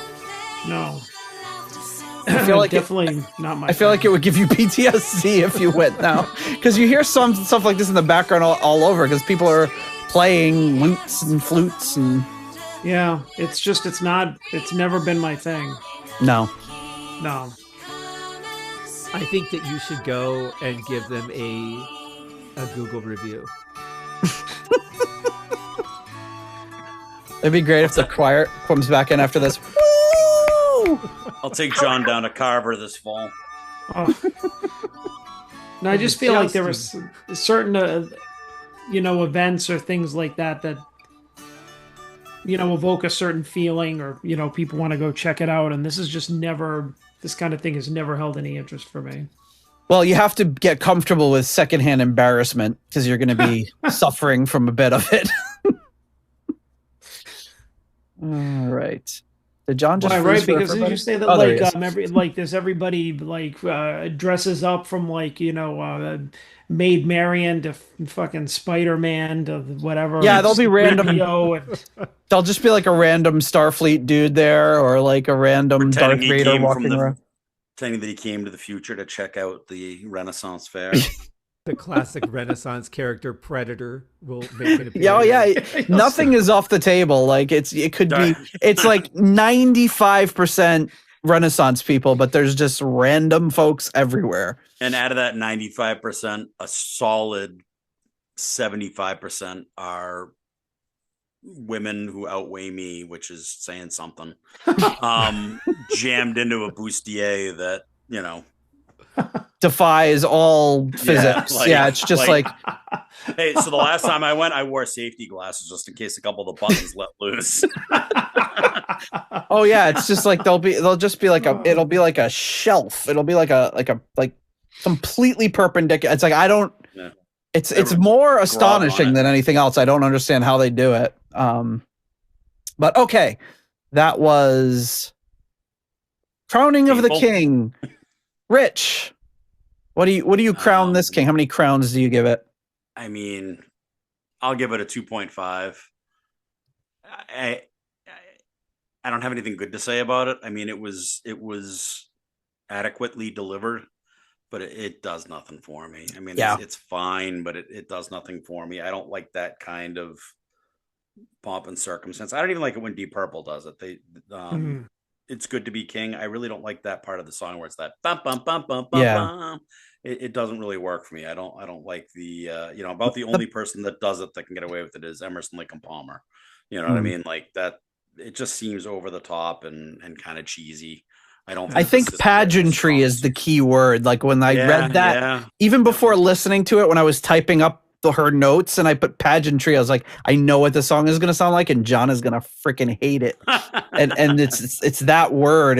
And that's for me too. Not as far as John, but that's the side of Blackmore's Night that I don't gravitate to. But I do love like the opening track on this, and there's a lot of other things they do that I really like. But when they go full on in this direction, it loses me a little bit. Yeah, same. So yeah. All right, I'll go next, and I'll give John just put a he didn't put in a number. He just put in a thumbs down. I didn't even know you could do that. Yeah, me neither. I figured I'd try. It's gonna throw off all my formulas. All your formulas just went to hell. You just broke the whole spreadsheet. I'll take it out. I will give this one. I'll give it a 2.5 because I can't say it's like Rich said. It's delivered well. I know what they're going for and they're nailing it, but it just doesn't resonate with me when it's this much pageantry. We'll save John Thumbs Down Mottola for the last because I want to hear what he has to say. But Scott, what do you give this one? Yeah, I'm going to go with a 3.5. There's a song, I can't remember which one it was right now, If We Ever Make It to Winter Carols, that has the same sort of... We meaning John. Yeah. It has that same sort of like regal sound to it. Like you're walking into the castle, the event's about to begin. They're just like playing this music for everybody to enter. I think that has a certain charm to it. I also like the two layers of flute interplay that we got. There was some that was in the higher range and then some that was behind that in the mid range that I really liked. I liked the vocals the first time I heard them, and then every time after that, it was just there's a lot of copy paste in this stuff, and I didn't like that. But there was some things I could appreciate in this one. I liked the verse about Jack and Jill that you made up. Yes, Rich, was it Fanfare for the Common Man that you were thinking of from ELP? Yeah, I mean, there's a lot of they do a lot of that kind of stuff. On the works, there's some stuff like that too, and Pirates is like that too. And true. All right, so John, what is that thumbs down going to equate to numerically? 1.5. Oof. Ooh. Okay. Is that your lowest rating ever? No. No, I gave that Smoke on the Water version a 0, I think. Oh, that's right. Yeah, I would have gone negative if I could have, but yeah, just like the Google reviews we're reading. I'd give negative stars if I could. But yeah, no, this is yeah, I mean, I was totally disconnected from this. It just does nothing for me. I mean, if you're where I think this type of music works is like in a soundtrack in a Mm, period movie about this period of time, not as like something that I'm gonna like listen to yeah. separately. You know, it's like it's soundtrack music. Anything else and it sounds goofy to me, you know, it's a dee, dee, dee, dee, dee, dee. It's like get out of here with that shit. I think for the next episode that we do, He's morphing into pops. if you got into the role more, like if you wore a tunic or a frock of some Yeah. sort and put yourself take all the electricity out except for the computer, just run everything by candles and really immerse yourself in the experience, you might identify with it for like 2 seconds. Yeah, I don't.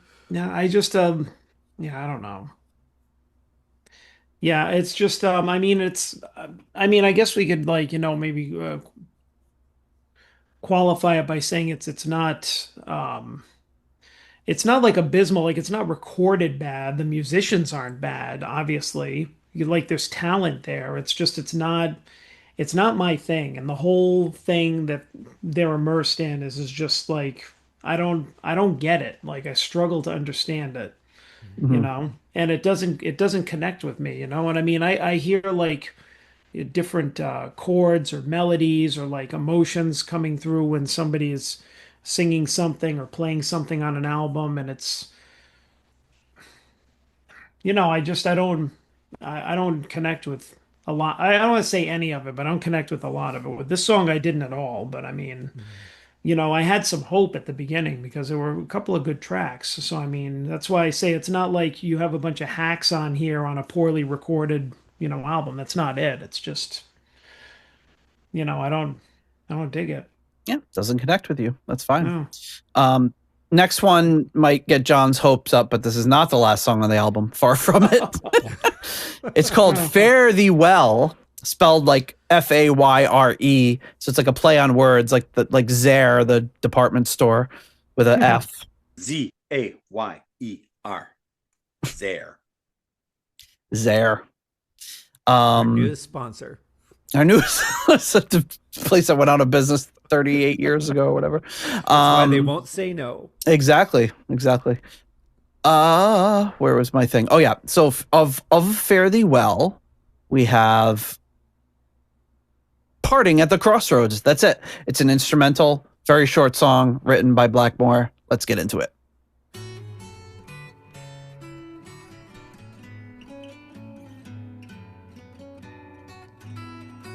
I think there's like one of these on every album so far, right? This is actually when I first heard that he was going to do medieval type music. This is kind of what I had hoped for. It's kind of what I thought it would be, right? It was like, it just never occurred to me there'd be vocals at all. Yeah, I would think about a lot of the stuff that he would do, live, where you would get inflections of this kind of stuff. That's where I really thought it would have been going. Yeah, even like the intro to Anya, it seemed to be he was meaning that way. And yeah. Our good friend Paul, whose father was very close with, who passed away last year, or 2 years ago now. Jeez.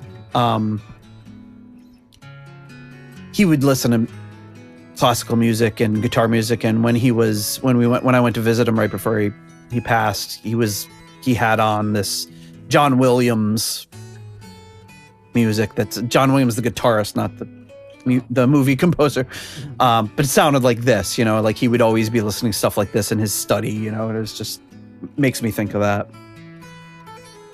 I thought you were kind of giving the impression like his health is declining and he was listening to the main theme from Jaws. Yes. Put on some peaceful music. Listen to the theme from Jaws.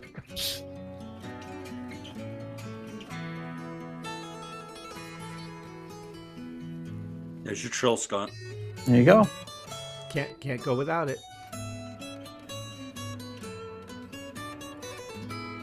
I will say they're doing a beautiful job of capturing the depth of these instruments. Yeah, it sounds great. Yeah, the production is fantastic. it reminds me of like the first times like I really got an acoustic guitar and put a mic in front of it and put headphones on, and you're like, it sounds totally different now. You know, just putting a tiny bit of reverb on it and everything. You're like, wow, everything I play sounds so beautiful. Capturing the body of the guitar, where the sounds really, resonate is so important and stuff like this. And they're just doing such a great job getting clean recording and mixing it really well. Some of their reverbs are maybe a little bit questionable, but they're capturing it well. This one sounded more natural. I'm sure there's some additional reverb on there, but it sounded more like natural reverb. So this felt like Richie recording in a like a stone basement room. Yes. Yep. Well, Scott, do you want to go first? Yeah, I like this one. There's not much direction to it. I mean, it doesn't go in really do a lot of stuff, but it's really pleasant to listen to. I'll give this a 4. All right. We'll go to John next. John. Boy, the last minute, the audio for this whole call has just gone berserk on me. Uh-oh.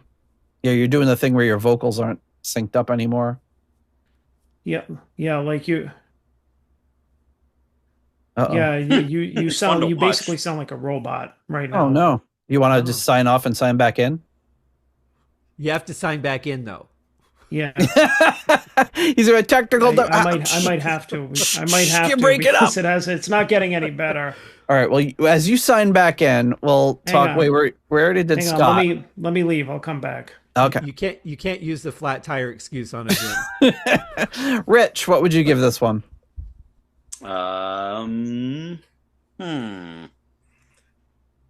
think I'm gonna go for 4.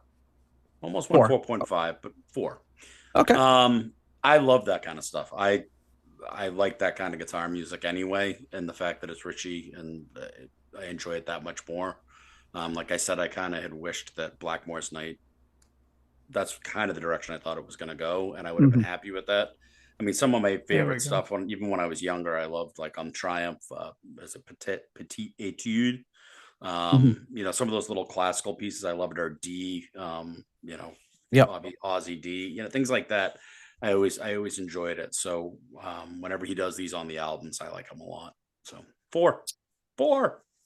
I will give this one a 4 as well. For all the reasons that you guys said, just a beautiful little guitar piece. It's great. It certainly doesn't overstay its welcome. It's a short little piece, very well scripted. It sounds like he's playing two guitars in sync with each other, but the guitars are kind of going in slightly different directions, and it's really he knows himself well enough to know exactly what to do on each track, and I'm sure he never plays it the same way twice. And yeah, sounds great. You mean like that guy in Shock 'Em Dead when they're about to turn Martin into a demon, and that guy comes out with the double neck guitar that goes in 2 different directions and the girl's hanging on his leg? Is it Michelangelo Battio? I think it is, yeah. I can think of nobody else that plays a guitar like that. All right, John, what do you think? Oh boy. Okay. Yeah, this one I'll give a 3.5. I'll go slightly lower. I thought it was good. Obviously, like acoustic Richie can never be bad. It was really well done. Just didn't quite hit the 4 mark for me, but it was still good. Like I agree with and I think that Rich has said stuff like this before. Is this the kind of thing that when we heard that Richie was going to go into this style of music, thought that this was going to be the type of stuff we were going to be getting, like just albums of this. But so it's nice when we do get it. Awesome. I agree. And Rich, if you like that kind of stuff, you might want to check out Christopher Parkening. Might be a guitarist that you would like. And also Michael Hedges does some really interesting stuff that is kind of along that line. Nice. All right. The next track up is The Titular, Fires at Midnight. This one, what do we have on the notes on this one? Fires at Midnight. Bonfires illuminate the darkened hills. Silhouetted figures celebrate the coming of the night. There you stand with the 7 sisters watching over you as you ponder in awe the mysteries of the world. I want to hear that read by Vincent Price. Dead men tell no tales. Hey, are you? Have you been sharing any of the Rota stuff with us, or are you saving it all to the end? Or yes, I've been sharing. So this one. This one's written. It's a traditional by Alfonso X, which is a pretty awesome song. He was the king of Spain around 1200. Alfonso. Oh, it's probably Alfonso the 10th. Well, Alfonso X. That's his rapper name. Okay, I gotta find a picture of him now for the show, for the episode art. A gold chain with an X. Hopefully, he looks like Hopefully, he looks like Alfonso Rivera. Wears a sundial around his neck on a thick chain. So he was the only surviving son of a wealthy man is sent to live in a monastery. He was fascinated by the statue of the Virgin and Child and brought it food every day. The statue spoke to him. Oh my goodness. Well, let's get into this. Fires at Midnight's a little longer, so let's get into that one before we get too much into Alfonso. You know what happened is one of his subjects wrote it, and then he beheaded him and said, "Hey guys, look at this song I wrote." Yeah, whenever they're like, "Oh, this song was written by Henry VIII," yeah, right. He's the same way Kim Jong Il, never pooped and got like 11 holes in one the first time he played golf. Sure. Yeah. Pretty easy when you got your pit guy just dropping the ball right in the hole for you. Yeah, he's like, "I wrote that, didn't I?" "You sure did, boss." And it's good that he did that. Nice Twilight Zone reference. I got it. Thank you. Sorry, I was actually trying to discern if that was a hurdy-gurdy whirring in the background. It sounds like an excuse, but it's actually the truth. Only on the Deep Purple podcast. Yeah, right. Only on this particular episode. Because there's that kind of keyboard. Maybe it might just be a pad or something, but it just sounds like this constant Well, he uses the low vocalists too in the background, the monk singing in the background a lot too. Yeah. Oh, that might be it too. Yeah. Did you ever do the Twilight Zone miniature golf in Vegas? That was good, Rich.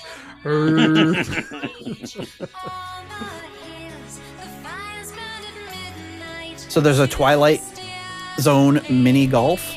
Yes. It's glow in the dark. It's got all the Twilight Zone things like the Talkie Tina doll and the aliens and stuff. Its music is way loud and it's just a very surreal experience. Oh, nice. It's over at the Paris Hotel. Well, I'm headed back there shortly, so maybe I'll try it. There you go.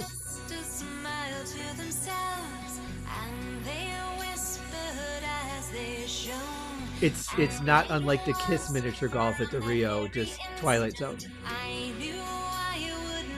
And they played less Kiss music. Got it. Really? A lot of reverb on this.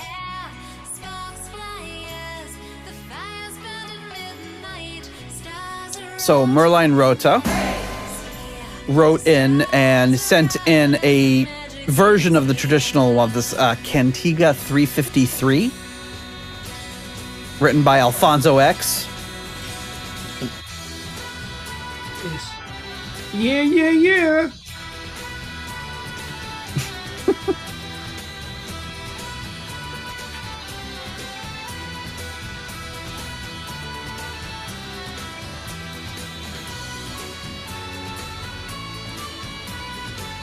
Oh, is this the one with this must be the one with the bagpipes, right? Sounds like bagpipes.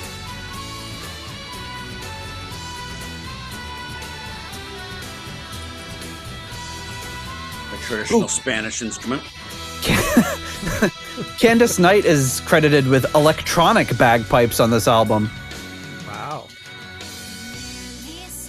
No, sorry, the real, those must be electronic ones. The real bagpipes are on the song All Because of You. glad they saved them for that.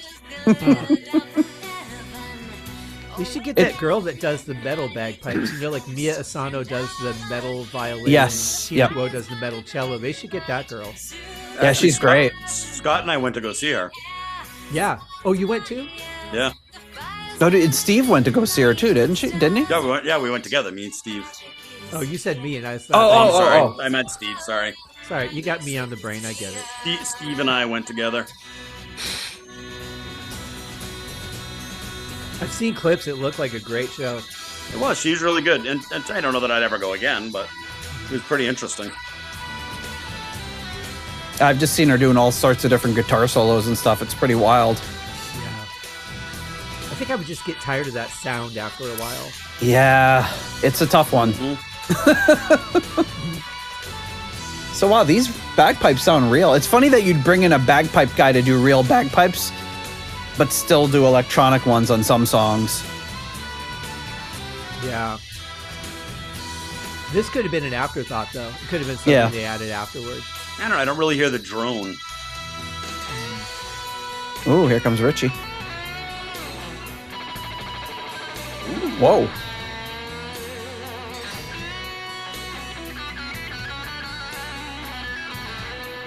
He's channeling classic Richie. Yeah. Blackmore does Blackmore.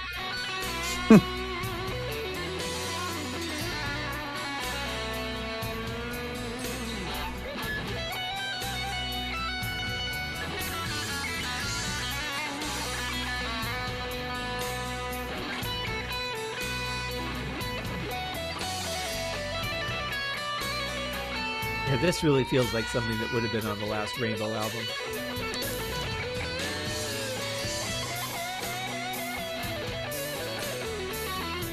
Yeah, this is great. Was not expecting this. I was like, how am I going to give it a 2 now? It almost has like a Dave Gilmour sound to him right now. Oh, yeah. Unusual to hear him sounding like that. You know what tone that is? Is like No More Lonely Nights, McCartney. That the tone Gilmour has on that. Oh.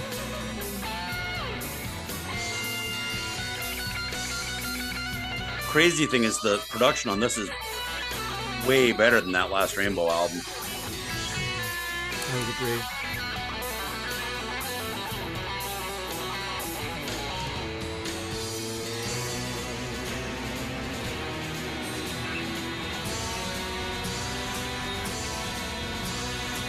Coming to a frantic crescendo here by the looks of the waveform. That's a nice segue. Yeah, I like that.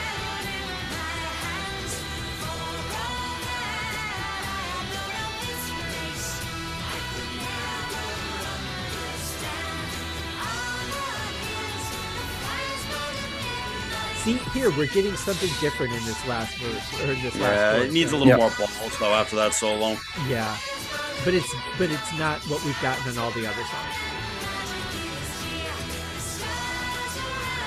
In fact, she sounds really good blended with those low tonal voices.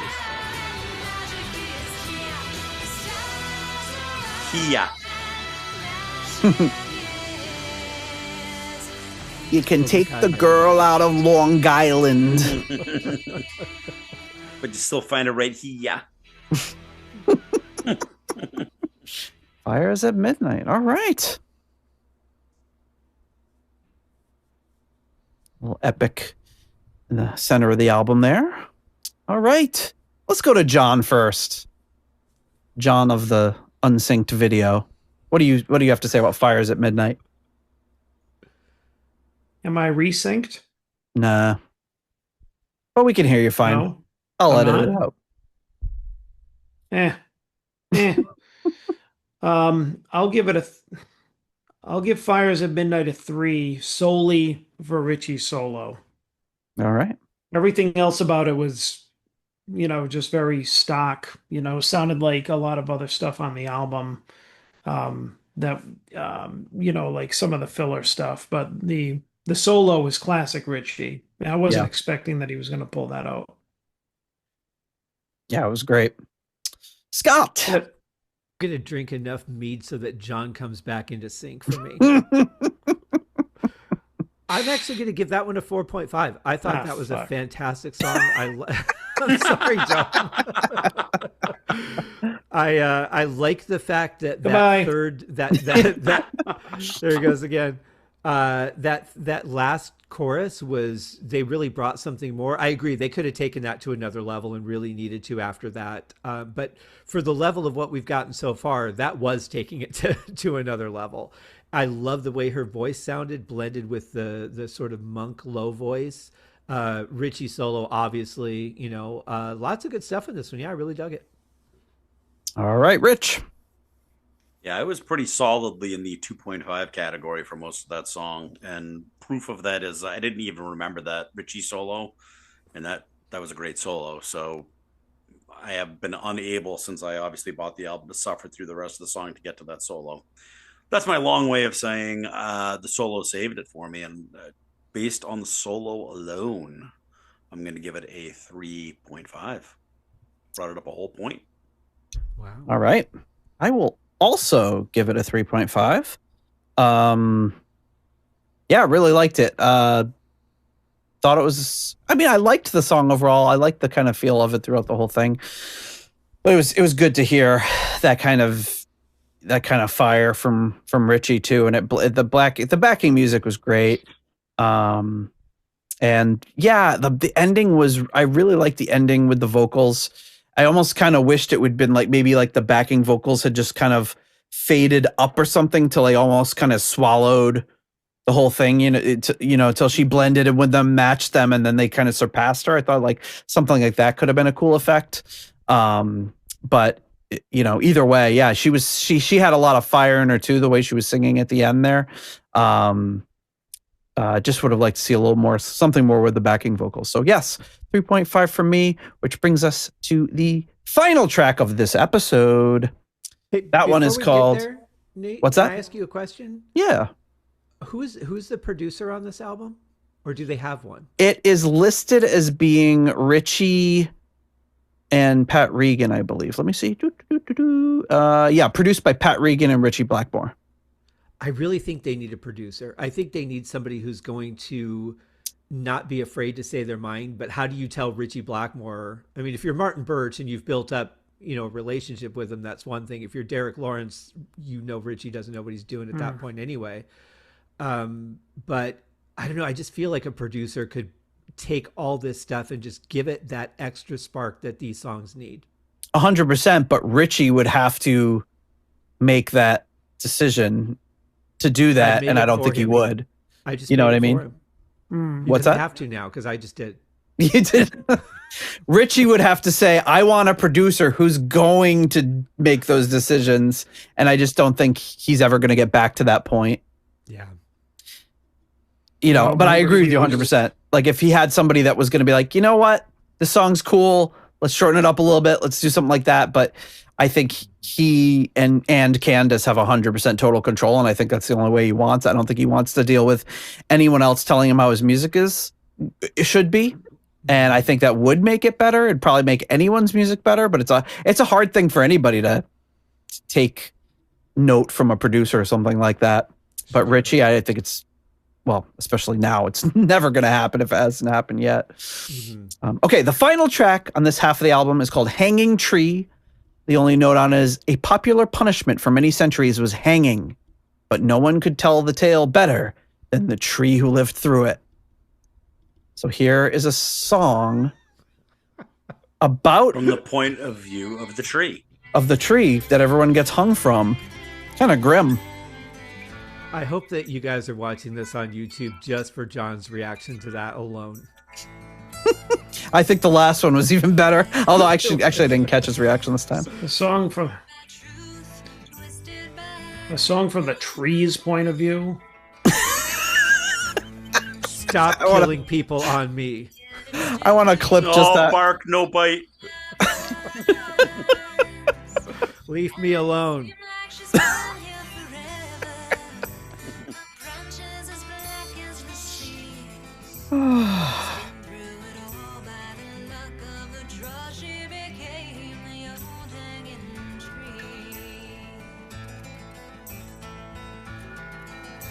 And the best part about this is that in a few days, I'm going to get, or in a few weeks, I'm getting an email from Mark Roback with the clip of John going, a song from the tree's point of view. I get to relive them all.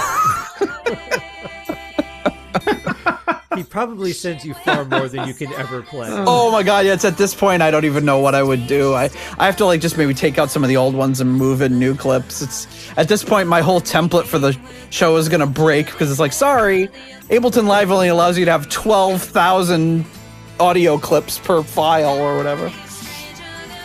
Good Saturday bonus episode for you.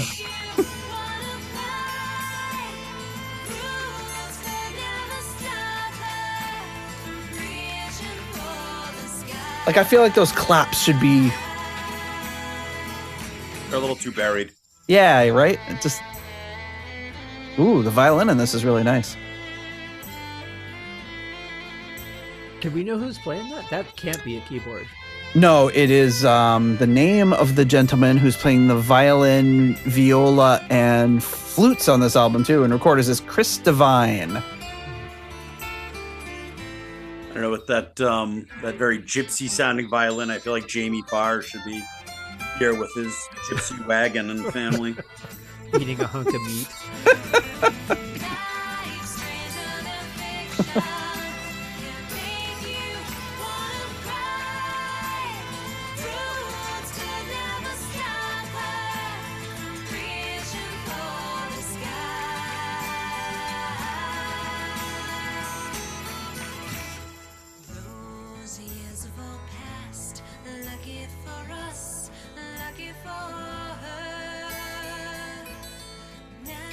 So I think the thing that I've discovered with Blackmore's Night is I much prefer their songs that are in a minor key than their upbeat major stuff. It's too like happy sounding. Yeah. Like that makes like sense. this has the same kind of feel to a song like what song was it? Crowning the King. Like the same general feel, but it's in that minor key and it just feels like, I don't know, to me it's more pleasing to listen to. The other thing is just like too almost. I feel like every one of their songs is like you're singing to the little group in front of you that's there to hear your story. You know, it feels very intimate. Even the the bigger sounding songs, it just feels like we're out in a field. I'm sitting on a tree stump, and you guys have gathered to hear me speak. With the elves and the fairies and the garden gnomes, nymphs and wood sprites and gargoyles and wood sprites. Hark, come hither. I believe I even saw a chromatic dragon in the distance. Okay, who is going to go first? A dragon. The never-ending story, the never-ending album. I'll go. Okay. I'll give it a 2.5. All right. It's fine. I'm getting fatigued by the slow and mid-tempo-y, same kind of sounding songs. Well, Rich, you've been awfully good this whole episode, so I'm about to give you a week off. 2 weeks off. I think we don't convene for 2 weeks. So yeah. I was gonna say a week off. You'd be doing it without me. Just John's like, why couldn't it be me? John, what do you think? 2. Okay. I agree with Rich. It's very samey same. I deducted half a point for the whole tree premise. So. Oh, that's great. Scott. Yeah, I'm going to go 3.5. I think there's some really nice musical moments here. One thing I really like about Blackmore's Night is their overall sound. You know, the way that they can have simple instruments, but they can get a really full sound out of everything. And I think, like Rich, what your point about panning the guitars and everything earlier, I think that's a big part of how they get it. But it's also Richie's just, I have to be playing something constantly. Like there is not going to be any breath in this song because you're always going to hear me playing. I think that's a big part of it. But I like their sound overall. I don't think the song was anything particularly special, but I don't think it was bad. So yeah, 3.5. All right. I would like to remind everyone that a 2.5 is average. Yes. Yeah, but I think musically, like the sound of it is warm and inviting to me. So I'm not saying you're wrong with your. I'm just pointing out that I wasn't saying it was below average. I'm just saying it's average. John's like, oh, wait a second. John 2.5. said below I'm going to average. change my score. I'm going to bring it down. I will give this one a 3. I like this one. I think, like I said, when it's not too happy sappy, I tend to like it. I mean, that's true kind of with me of almost all music, but particularly with this particular act, I like the stuff that's a little bit more brooding. Yeah, that's a good way of putting it. I would say if this song was too happy and it's about the point of the tree that they're hanging people on, that would they really should not make work. They should be yeah. Yeah, I mean, this one should have been like a Gregorian chant or, something that had a little bit of weight to it, maybe, for that subject matter. But And they hung him from the tree. All right. So speaking of hay, let's go back to our final It's act, not the which giving is tree; it's the hanging tree. yeah, when I read that title, I thought, oh, it's a hanging tree because his branches are hanging down. Well, maybe they are, but it's because people's necks have been cracked on them. Okay, so on that happy note, let's go to our final round of patrons. Our foundation level patrons are going to give them a quick thanks before we wrap up for this week. And coming in at the £3.50 Deep Purple New York tier, we have Lord Longford. At the £3 Aromatic Feed tier, Simon Ford. At the €3.50 tier, Weston Supermare Pilgrim. At the 293 pence tier, we have Blackmore tights. A little delay there. At the €2.50 Too Many Tears tier, we have Soldier of Fortune. And there have been too many tears. At the $3.33 Halfway to Evil tier, Stephen Sharp. At the $3 Nobody's Perfect tier, we have Peter Gardeau. Pete who? Oh, Pete, yeah. Pete, thanks a lot. I'm going to have a sip on you. Ian DeRosier.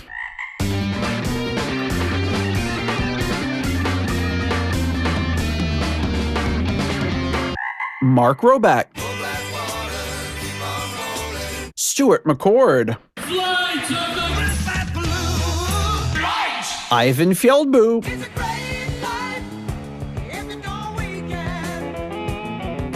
Runar Simonson. If you're Phrygian. Ruinous Inadequacies, Corey Morissette. Ashley.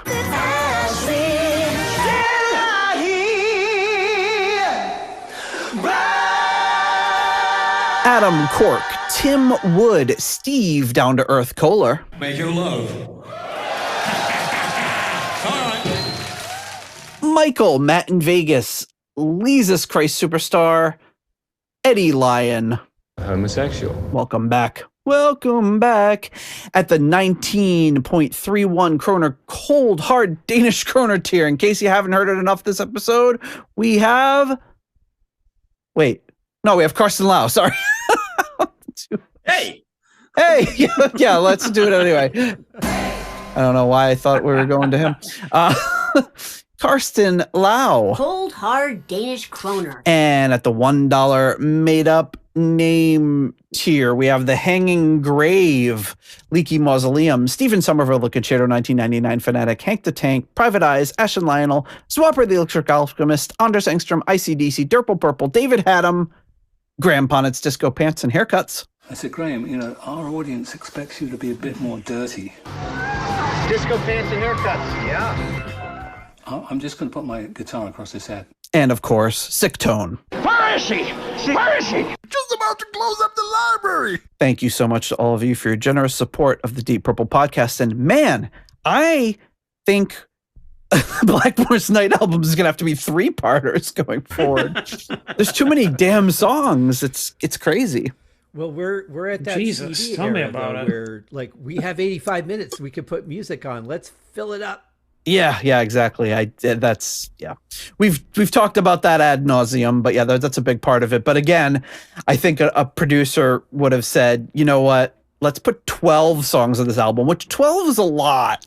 That's a lot of songs for an album, generally. I mean, you've got your odd masterpiece albums that have 16 tracks on them, but 99.99% of albums are not those albums. 10 to 12 tracks, call it a day. This ain't one of them. Right. Even if you do regard this album highly, I mean, I'm talking about, the Abbey Roads of the world. That can have 17 songs on them because they also are up quite a bit shorter. Yeah, like 2 minutes each. But a producer could have said, let's narrow it down to our best 12. Let's make a few changes. And you know what? Hey, these other 4 songs that aren't making the album or whatever, 4 or 5, 6 songs, let's hang on to them. Let's work on them and work them into something down the road. We don't have to say they can never be on an album, but that would probably be the place, like what Rich was saying. It would be great if they had somebody making those calls. I think it would just tighten everything up so much more. You could take all of the Blackmore's Night albums and probably make 1 or 2 really good Blackmore's Night albums. Oh, yeah. You know what I mean? Like that's... You know what I mean? That's true for anything, obviously, but yeah, more so for these guys. Like, I just feel like you could cut out so much of the stuff. Like, all right, these 10 songs are the exact same song, but this one's got a really good guitar solo on it, so we'll use this one. Yeah. One of the things I used to like to do, and I think we discussed it before, was I'd take like latter day Deep Purple albums and try to pare them down to 40 minutes, 45 minutes. Like the first, the original Deep Purple, and you realize, first of all, it's hard to decide what songs to cut in some cases. Yeah, but like how strong albums would be if that was still the standard. Yeah. Oh, totally. Yeah. Everything has to have an impact, whereas nowadays you can have a lot of filler and it's okay. I think what they could have done too, or could do in the future is, wear it down to your best 12. And then when you wait to like 6 or 8 months, you're going to release the deluxe edition. Then you can pepper in all these other songs, or you could do like, single CDs like Deep Purple did for Whoosh and the album before that, where you have like these 4-song CDs that come out that have 2 songs from the album and 2 bonus tracks. You could always use that for marketing purposes instead of just saying, everything we wrote's going on the album. Right. And I think not having anyone to edit you down definitely can have a negative effect. And that's true of all of us. And that's why you need to have, if you're writing, you need to have somebody else editing for you. And if you're writing, it's great to have somebody else producing for you, because you just get lost in your own thing and you can't make rational decisions anymore. And also everything becomes your darling, like, no, we wrote this little part, I want to leave it in. You need somebody with like to bring the hammer down and be like, well, no, we're not. I'm not as attached to that thing as you are because I didn't write it. It's not going in. We don't need it. But agreed. All right, folks. Well, with that, I think we'll bid you adieu for this week. We'll be back at you next week with a different episode, and then in a couple weeks to finish this up if John is able to make it. Adieu to you and you.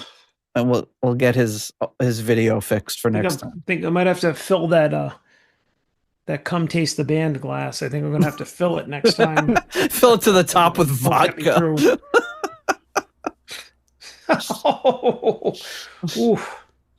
Maybe we should throw Parisian walkways on for John. Yes. Walk to his bedroom. Yeah, I can just have a nice Gary Moore sleep meditation. All right, folks. Well, thanks, guys. Always great to talk to you, and we'll be back at you again next week. Yep. 2 and 2. If you like the Deep Purple podcast and would like to support the show, please consider joining our Patreon or donating on PayPal. Patrons get full access to the podcast, Discord server, ratings, spreadsheets, and live stream invites. You can also leave us a 5-star review on Apple Podcasts to help new people discover the show. You can follow the show on Blue Sky, Facebook, Instagram, or Threads. You can also check out the website at deeppurplepodcast.com for show notes and more. Contact us via email at John or Nate at deeppurplepodcast.com. Thanks for listening.